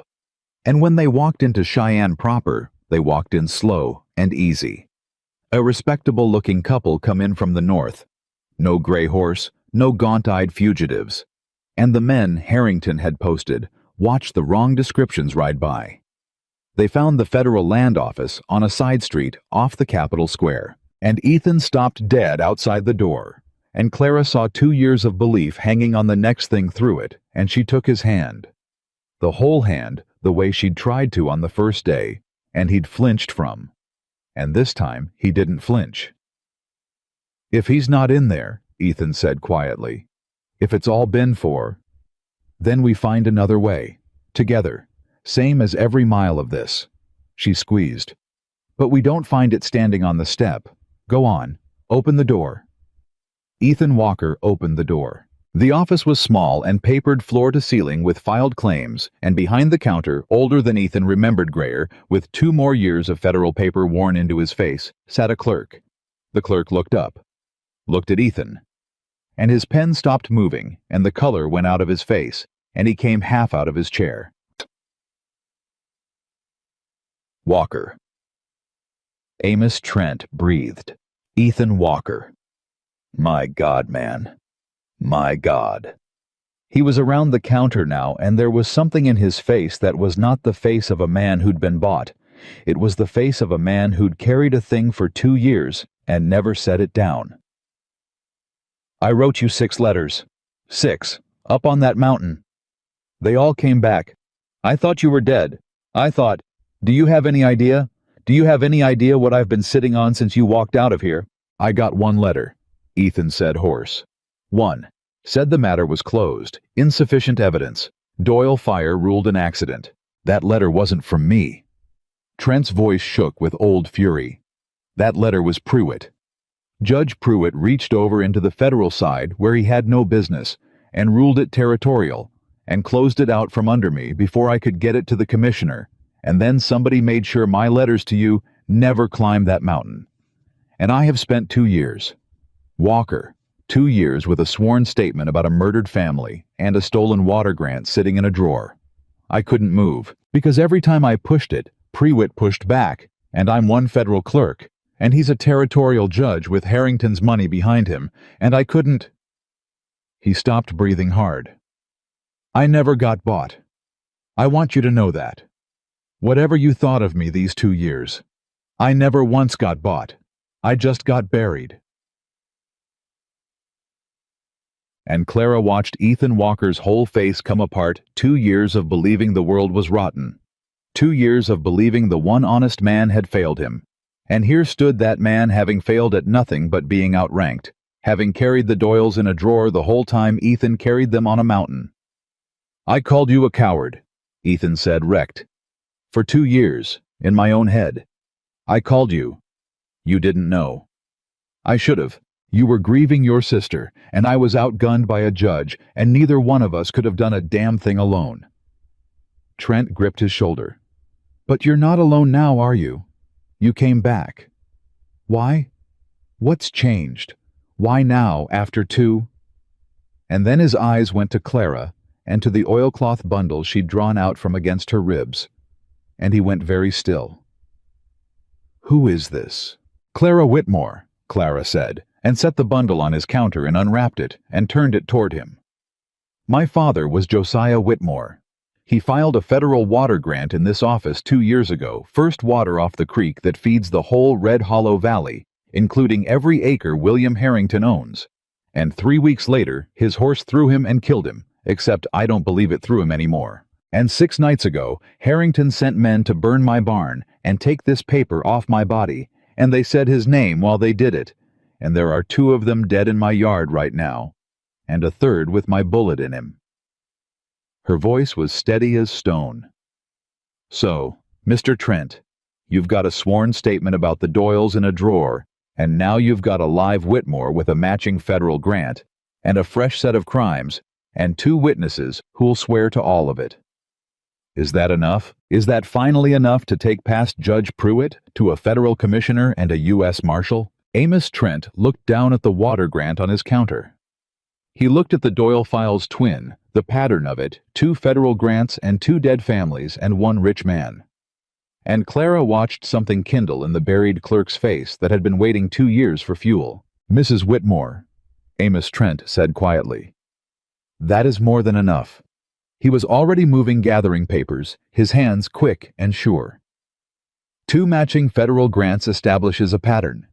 Your father's death alongside the Doyle fire establishes motive and method.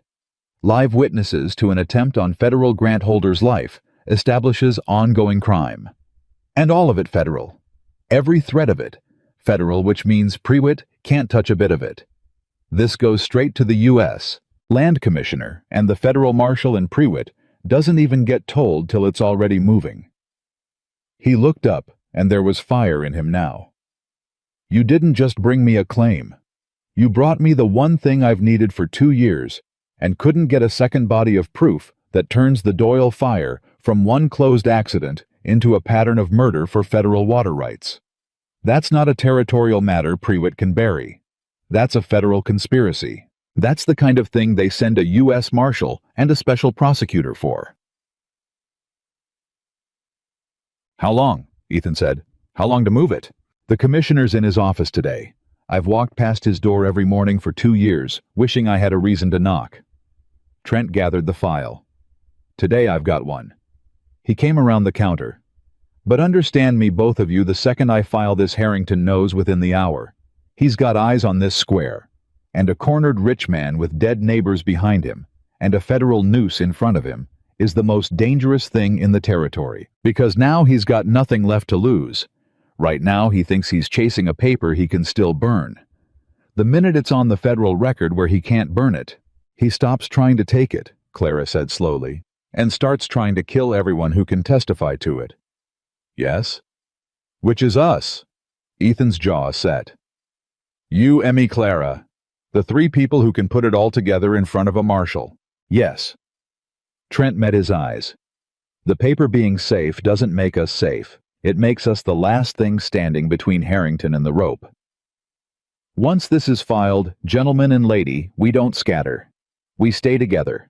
We stay in the open. We get in front of that commissioner and that marshal today, on the record, sworn before Harrington can reach any one of us alone. Testimony in a drawer can be buried.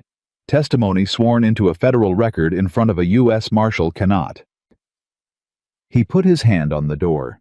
"So we do it all at once. We do it today. We do it fast. And we do not let Harrington catch a single one of us by ourselves between now and when it's done." They walked out of the land office 3 abreast. The clerk with the file, the widow with the grant. The mountain man with the tracker's rifle under his Newtown coat, out across the Capitol Square, in the plain sight. Trent had said was safest toward the federal commissioner's door, and Clara felt eyes on them. The whole way. Felt the square holding its breath, felt somewhere in the watching city a message already running toward William Harrington, that his paper had just walked into the one office his money couldn't reach. They were halfway across the square when a boy in a messenger's cap peeled off from a doorway and ran not toward them, away from them, hard toward the big hotel on the square's far side, and Ethan tracked him with his eyes and said low, "There it goes. That's the word running to Harrington right now. He's here, Clara. He's in that hotel or near it, and he just found out." His hand drifted to the rifle under his coat. Clock started. From here, it's a race. And the finish line is that commissioner's desk, with all three of us, swore in on the record. "Then we don't slow down," Clara said. "We don't stop for anything between here and that door." "Anything," Ethan agreed, and they crossed the last of the square, with the messenger boy's run still hanging in the air. 3 people carrying 2 years and 2 murdered families, and 1 federal paper toward a single door, while behind them in the finest hotel in Cheyenne, William Harrington was rising from his chair with a wire in his hand, and learning for the first time in 15 years what it felt like to be the one who was cornered. They didn't make the commissioner's door. They were 20 feet from it when a man stepped out of the doorway to block it. Not one of Harrington's trail guns, but a well-dressed man with a badge on his coat and a deputy's easy authority, and he held up a hand. "Hold up now, folks. Office is closed for the afternoon." "It's not closed," Trent said. "I walked past it not an hour ago, and the commissioner was in. I'm a federal clerk. This is federal business, and I need to see—" Commissioner stepped out. "Judge Pruitt's orders there's a territorial matter took priority." The deputy smiled, and it didn't reach his eyes, and Clara's stomach dropped because she'd seen that exact smile on the bank steps in Red Hollow. "You'll want to come back tomorrow, or better yet, take your business up with Judge Pruitt directly. His court's right across the square. He's expecting you." "I'll bet he is," Ethan said quietly. "He got here first." Trent breathed. The message. "Harrington got a wire to Pruitt before we crossed the square. Pruitt pulled the commissioner out and put his own man on the door. They mean to funnel us into Pruitt's court, where it's territorial, where Harrington owns the judge," Clara finished. "So we go around, same as always. We find the U.S. Marshal instead. Marshal's out of the city till Thursday," the deputy said pleasantly. "Serving papers down south. Won't be back for days." He spread his hands. "Seems like everybody you'd want to see is unavailable today, ma'am. Almost like it was arranged. So why don't the 3 of you go on across to Judge Pruitt, who is available, real available, and settle whatever this is like civilized folks?" And Clara felt the whole thing closing on them like a fist. The commissioner pulled. The marshal gone, every federal door shut in an hour by a rich man's wire, and the only door left standing open was the one that led straight into Harrington's pocket. "It's a box," Ethan said low to Clara and Trent both. "He's built us a box. Every door's shut, but the one he wants us to walk through. That's how a man like Harrington fights. He don't beat you, he arranges you." His hand was near the rifle under his coat. "The commissioner's pulled the marshal's gone, and if we stand here arguing with this deputy sooner or later, Harrington's other men close in behind us, and it's 4 drunks in a barnyard all over again. Except this time in the open, in a city with a badge saying it was legal. So what do we do?" Trent's voice was tight. "If every legitimate office is closed to us, and Clara Whitmore standing in the box William Harrington had built felt something turn over in her mind, the same thing that had turned over on the plank walk at the corner of the house on the shelf above the wash. Not the front door. Never the front door. We stop trying to get to the law," she said slowly, "and we make the law come to us." Ethan looked at her. "How?" "The commissioner's pulled. The marshal's gone." "Fine, but you said it yourself." Ethan testimony sworn into a federal record in front of a witness can't be buried. Her mind was racing now, cold and clear. "Pruitt wants us in his courtroom. He's expecting us. He's got it all arranged, the crooked ruling ready, Harrington probably sitting right there to watch." She lifted her chin. So let's give him what he wants. Let's walk right into Prewitt's court. Clara, that's the trap. It's the trap if we go in there to lose. It's not a trap if we go in there to do something Prewitt didn't plan for. Her voice dropped fierce and fast. Think about it. Prewitt's court is the one place in this city we're guaranteed an audience. It'll be full. Full of people. Court's public, isn't it? Lawyers, clerks, folks with business, maybe a newspaper man or two, and Harrington himself come to watch us hang. A whole room of witnesses. She turned to Trent. You said the thing Harrington can't fight is testimony on the record in front of witnesses. Well, Prewitt's about to hand us the most crowded room in Cheyenne, so we don't go in there to plead our little water claim and get it ruled against. We go in there and in front of that whole packed room on the record in open court where Prewitt can't stop us from speaking, we lay it all out. The Doyles, my father, the federal grants, the fire, every murdered family. We say it loud and we say it public, and we make Prewitt choose right there in front of a full gallery between ruling honest or standing up in open court and burying 2 murders while a whole room watches him do it. Trent stared at her. You want to try the case in the newspaper, in the gallery, not to the judge past him. I want to make it impossible to bury. Clara's eyes blazed. Right now, it's 3 people and a paper that can disappear. But if a packed courtroom hears a widow swear that Harrington murdered her father for federal water, and hears a federal clerk confirm a matching dead family with a matching grant, and hears Ethan Walker, the man everyone thinks died on that mountain, stand up and testify to the Doyle fire he watched with his own eyes, then it's not a paper anymore. It's a story. It's out. It's in 100 ears, and it'll be in the newspapers by morning. And it'll be on the wire to Washington, and Harrington can't shoot a whole gallery, and he can't buy a printed page that's already run. Prewitt can rule against our claim all he wants, but he can't unsay what a full courtroom already heard. For a long moment, nobody spoke. Then Ethan Walker started very slowly to smile, the first full smile Clara had seen on him in 7 days. Your daddy, he said, was smart, but I'm starting to think you're smarter. He turned to the deputy blocking the door, and his voice rose easy and loud. You know what? You're right, friend. We'll go see Judge Prewitt. We'll go see him right now. Tell him the Whitmore matter's comin', and tell him it's comin' loud. The deputy's smile flickered, because that wasn't the reaction he'd been paid to expect. Prewitt's courtroom was full exactly as Clara had bet it would be, full of the day's business and the day's gossip, because word travels in a capital, and word had traveled that the ghost of Cold Cedar had come down off his mountain and walked into Cheyenne with a widow and a federal paper, and half the square had found a reason to be in that gallery. And there in the front row, in a coat that cost more than Clara's homestead, sat William Harrington, come to watch. He'd expected to watch her lose. Clara saw it in the settled comfort of him, the way he sat like a man at a show he'd already read the ending of. Beside him sat Prewitt's bailiff and 2 of his own men, and up on the bench, Judge Prewitt shuffled papers with the bored certainty of a man about to rule the way he'd been paid to rule. The matter of a water claim, Prewitt began, not even looking up, filed by one Josiah Whitmore, deceased, and pressed by his heir. The territorial court finds the filing irregular, the grant improperly recorded, and the claim. My father was murdered, Clara said.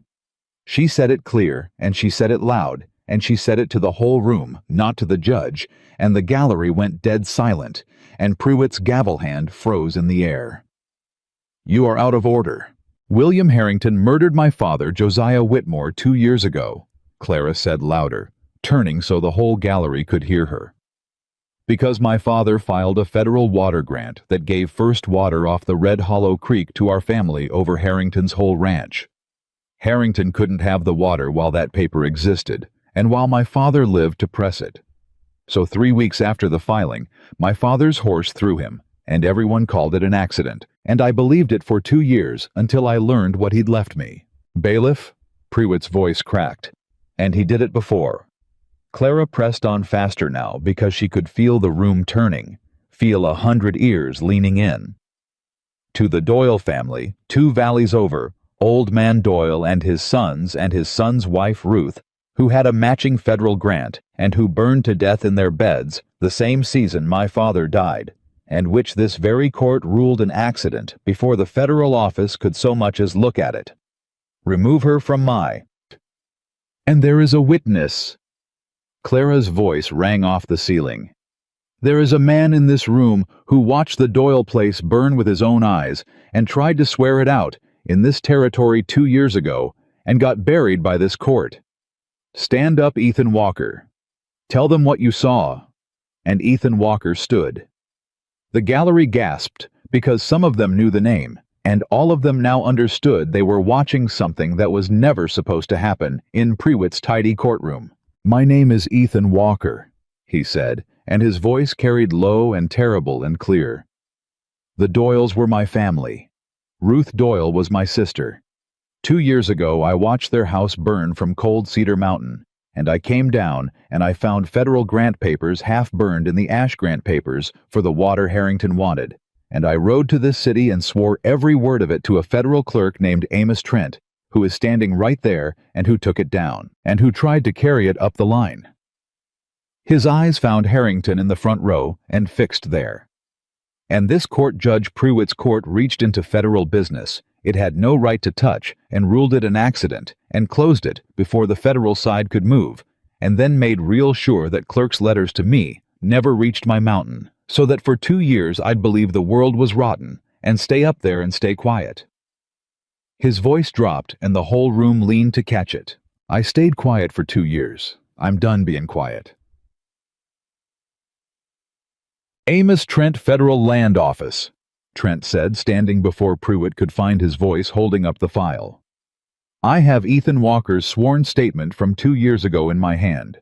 I have the Doyle federal grant, and Mrs. Whitmore has brought me its twin, a second federal water grant, same creek, filed by a second family that Harrington wanted gone, and I will testify under federal oath that these 2 grants together establish a pattern of murder for federal water rights, which is a federal conspiracy which this territorial court has no jurisdiction to rule on and never did. He turned to the gallery to the newspapermen he'd spotted in the 3rd row. Every word of this is now spoken in open court before witnesses on the record. It cannot be unsaid. It cannot be buried. Not this time. The courtroom erupted, and through all of it, Clara watched William Harrington. She watched him understand in real time what had just been done to him. He'd built a perfect box. The commissioner pulled the marshal gone, every federal door shut. The only path left, the one straight into Prewitt's pocket. And the widow he'd cornered had walked through the one door he left open, and instead of losing quietly, had blown the whole thing wide in front of the most crowded room in the Capitol. There was no ruling Prewitt could make, now that would help him. A crooked verdict in front of this gallery, after what they'd all just heard, wouldn't bury the story. It would be the story. Territorial judge rules for rancher after widow swears he murdered her father. It would run in every paper in the territory and then in the East, and it would bring exactly the federal eyes Harrington had spent a fortune keeping away. His 15 years of arrangement had just become the rope. And William Harrington did the thing that cornered men do when every clever path is closed. He stopped being clever. He stood up and he drew. Harrington! No! Trent shouted. But the rich man's pistol was already coming up, and it wasn't pointed at Clara, and it wasn't pointed at Trent. It was pointed at Ethan Walker. The witness, the ghost, the one man who could put the Doyle fire in his own eyes. The loose end 2 years old, and the whole packed courtroom that Clara had filled with witnesses on purpose now became a room full of people who would see with their own eyes William Harrington commit murder. He never got the shot. Because Clara Whitmore had spent 7 days learning one thing from one man over and over until it lived in her hands low at the belt, when he's close and don't pull high, and she'd carried the tracker's pistol under her Newtown coat the whole way across the square for exactly this. For the moment, the arrangements failed, and the rich man reached for the only argument he had left, and she drew it, and she did not pull high. The shot cracked through the courtroom. Harrington folded. Not dead low at the belt exactly where she'd learned to put it, and his own shot went wild into the ceiling, and his pistol dropped from his hand and skidded across the courtroom floor. And William Harrington, the richest man in the territory, sat down hard on the floor of Judge Pruitt's courtroom, clutching his side in front of 100 witnesses. Having just tried to murder a man in open court and been stopped by the widow he'd spent 2 years and a fortune trying to break. Silence. Absolute silence, the kind that comes after a gunshot indoors. And into it, Amos Trent's voice shaking but clear. Every person in this room just witnessed William Harrington attempt to murder a federal witness in open court. Every person. He turned slowly to the bench to Judge Pruitt, who sat frozen with his gavel still in his hand and his mouth open and no arrangement in the world left that could fix this. Your Honor, you have exactly one choice left, and this whole room is watching you make it. You can order this man taken into federal custody for the attempted murder of a witness and the conspiracy this court has just heard sworn into the record, or you can sit there and do nothing in front of these witnesses and those newspapermen and go down in the same story he does. Trent's voice hardened. 2 years ago, you buried this in a quiet room. There is no quiet room today. So which is it, Judge? And Judge Pruitt, who had ruled crooked for 10 years because it had always been safe, always been quiet, always been a matter of a paper in a drawer, and no one watching, looked out at the packed, roaring gallery, at the newspapermen already scribbling at the bleeding rancher on his floor, and understood that the arrangement was over. That there was no version of this afternoon where he protected Harrington and survived it himself. That the only card left to play was the honest one, and he was going to play it not because he'd found his conscience, but because he'd finally found a room he couldn't buy. Bailiff, Pruitt said hoarsely, take Mr. Harrington into custody and send a rider for the U.S. Marshal. He set down the gavel with a hand that shook. The federal matter of the Doyle and Whitmore grants is, he swallowed, is referred to the federal commissioner, in full, with this court's record. Harrington on the floor began to laugh a terrible, wet, disbelieving sound. You fools, he gasped, clutching his side, looking up at Clara. You think this ends me? I have money. I have lawyers. You think a bullet and a courtroom full of gossips, I'll be out before the leaves turn?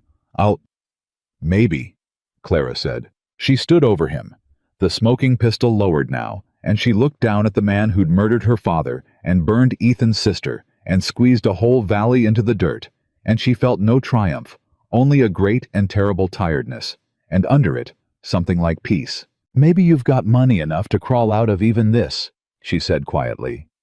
I don't know. Ethan says you rich men always win, and for 2 years he believed it, and maybe you'll prove him right one last time. She crouched down to his level, so he had to look at her. But it doesn't matter anymore, Mr. Harrington. Do you understand that? That's the thing you never understood about my father, and about the Doyles, and about me.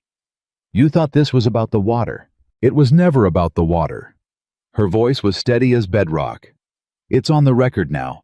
Every ear in this room, every paper by morning, Washington by next week. You can buy a judge, and you can buy a marshal, but you cannot buy back a thing 100 people already heard, and you cannot unprint a page, and you cannot untell a story once it's loose. My father knew that. That's why he filed it federal. Not because it couldn't be beaten in the territory, because the truth, once it's on the federal record, outlives the man who tells it, and it outlives the man who tries to bury it. You can walk out of a courtroom, William Harrington. You cannot walk out of the record. She stood. You spent 15 years arranging this valley, and a dead man and a widow and a ghost from a mountain undid the whole thing in a single afternoon in the one room you were sure you owned. So laugh if you want. But you lost the second I opened my mouth, and every soul in this room knows it, and so I think do you. Harrington stopped laughing. They let him out. The bailiff and the deputy who'd blocked the door and now reading the room had decided quite suddenly to be a lawman again, and the gallery poured out after them roaring, and the newspapermen ran for their offices, and it was exactly as Clara had planned it, already too big to bury before Harrington's blood had dried on Pruitt's floor. The federal marshal came Thursday. He came and he read Trent's file, and he took Clara's sworn statement and Ethan's and Trent's, and he sent men to Red Hollow, who found 2 dead in the ashes of the Whitmore barn, and a third with a bullet in his hip who talked fast to save his own neck. And then the tracker talked too from his sickbed in the town half a day south, and it came apart the way these things come apart once the first honest thread is pulled all at once, all the way down. Judge Prewitt resigned before they could remove him and testified against Harrington to save himself from the conspiracy charge. And it was Prewitt's own testimony in the end, 10 years of it, that put the rope around William Harrington, that all Clara's father's cleverness had only tightened. The rich man's money bought him good lawyers and a long trial, and every delay a fortune could buy. But it could not buy back the courtroom, and it could not buy Washington, and it could not untell the story. And in the end, even William Harrington's money ran up against the one wall it had never met before, a thing on the federal record that 100 people had heard that no amount of gold could make unhappen. He did not get out before the leaves turned. He did not get out at all. It was spring again in Red Hollow before the Whitmore barn stood whole once more, and it stood because the valley raised it. That was the thing Clara had not expected, the thing that undid her more than any of the rest of it. The Petersons came, who'd sold and moved to town, and lived small and ashamed for 2 years. The Kellys came. Men who'd stood behind their windows on the morning 4 of Harrington's men twisted her wrist in the street. They came with hammers and lumber, and their hats in their hands, and they did not quite know how to say the thing they'd come to say, so they said it with the barn, raising it board by board, a whole town trying to buy back its own silence with sweat, and Clara let them. That was the other thing she'd learned somewhere on the long ride to Cheyenne and back, that people who've been made small by fear will do terrible things, will stand behind windows while a widow is manhandled in the street, and that most of them hate themselves for it after, and that a town changes not when its cowards are punished, but when they're given a way to become something better than they were. She could have turned them away. She had the right. Instead, she poured them water from the well. Ethan had once feared they'd poison, and she let them raise her barn, and one by one the valley that had watched her nearly die learned to look her in the eye again. "You're kinder to them than they deserve," Ethan said one evening, the two of them watching the near-finished barn go gold in the falling light. "Maybe." Clara leaned against the fence he'd taught her to mend. "But I watched what 2 years of hating a whole world did to you, Ethan Walker. Made you a ghost on a mountain talking to the dark." She looked at him. "I'd rather forgive a coward than become one. Even a coward can be raised up same as a barn." Ethan was quiet a while. "Amos Trent wrote," he said finally. "The federal commissioner confirmed your grant, in full. First water off the creek, yours and your heirs in perpetuity, just like your daddy filed it." He shook his head. "The whole valley drinks because you held it. Every acre that used to be Harrington's, it's being broke up, sold small to families. Real ones. And every drop that keeps it alive runs off a creek that a dead man and his daughter kept out of a killer's hands." He turned to her. "Your father won, Clara. 2 years dead, and he won, through you. Through us." She caught his hand, the whole hand, the way she had on the land office step, the way that no longer made him flinch. "You know that. Don't you dare start telling this story like you weren't in it. A man who watched me across a barnyard fire, who ran into it for 2 horses because he couldn't save Ruth, who came back up the right fork like I asked him to." Her voice thickened. "You said once you wanted to get one right. Just one in a whole life of getting the important ones wrong." She squeezed his hand. "You did, Ethan. You got this one right. All the way to the end. You came down off the mountain in time." For a long moment, Ethan Walker looked out at the barn the valley had raised, at the land the water grant had saved, at the woman holding his hand in the gold spring light. "I spent 2 years believing I was the kind of man who watches things burn from up high and don't come down," he said slowly. "Believin' the world was rotten top to bottom, and the little folks always lose, and there wasn't a thing worth comin' down a mountain for." He turned to her. "I was wrong about all of it. Every part. There was a way to win. There was an honest man down in Cheyenne. And there was—" his voice caught, and he let it— "there was somebody worth comin' down the mountain for. I just had to hear her scream in the street to remember I was still alive enough to do it." "Ruth would be glad," Clara said softly. "Ruth would be furious it took me 2 years." Ethan almost laughed. And then she'd be glad. He looked down at their joined hands. You did something for me, Clara Whitmore, that I didn't think anybody could do.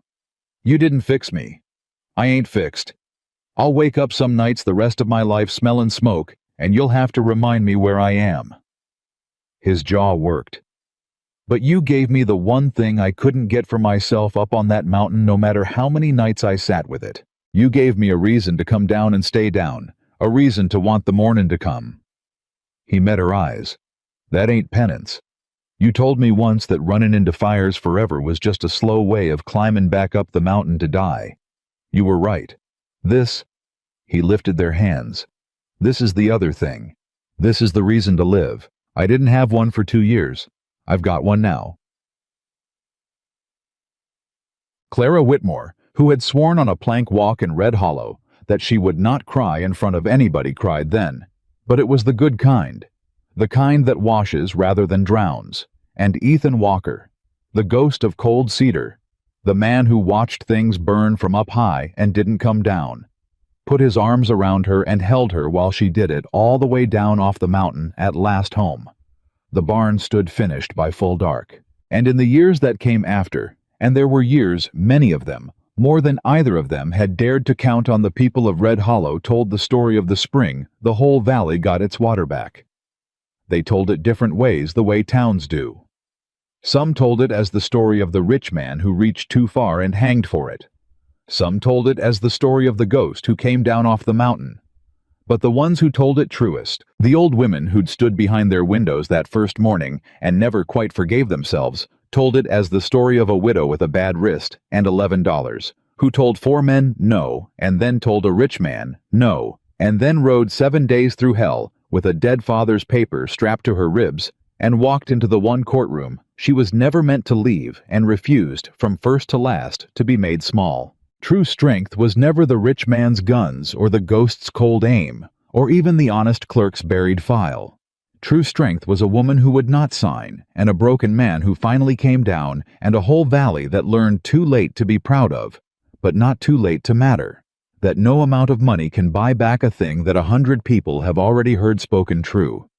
And that the smallest voice in the room, once it decides it will not be silent, can bring down the largest man in the territory. Clara Whitmore kept her promise to a dead man, and saved a living one, and gave a whole valley its water and its spine, back in the same single afternoon. And that is the measure of a person, not the power they hold over those who cannot fight back, but what they are willing to risk for the ones who cannot fight at all.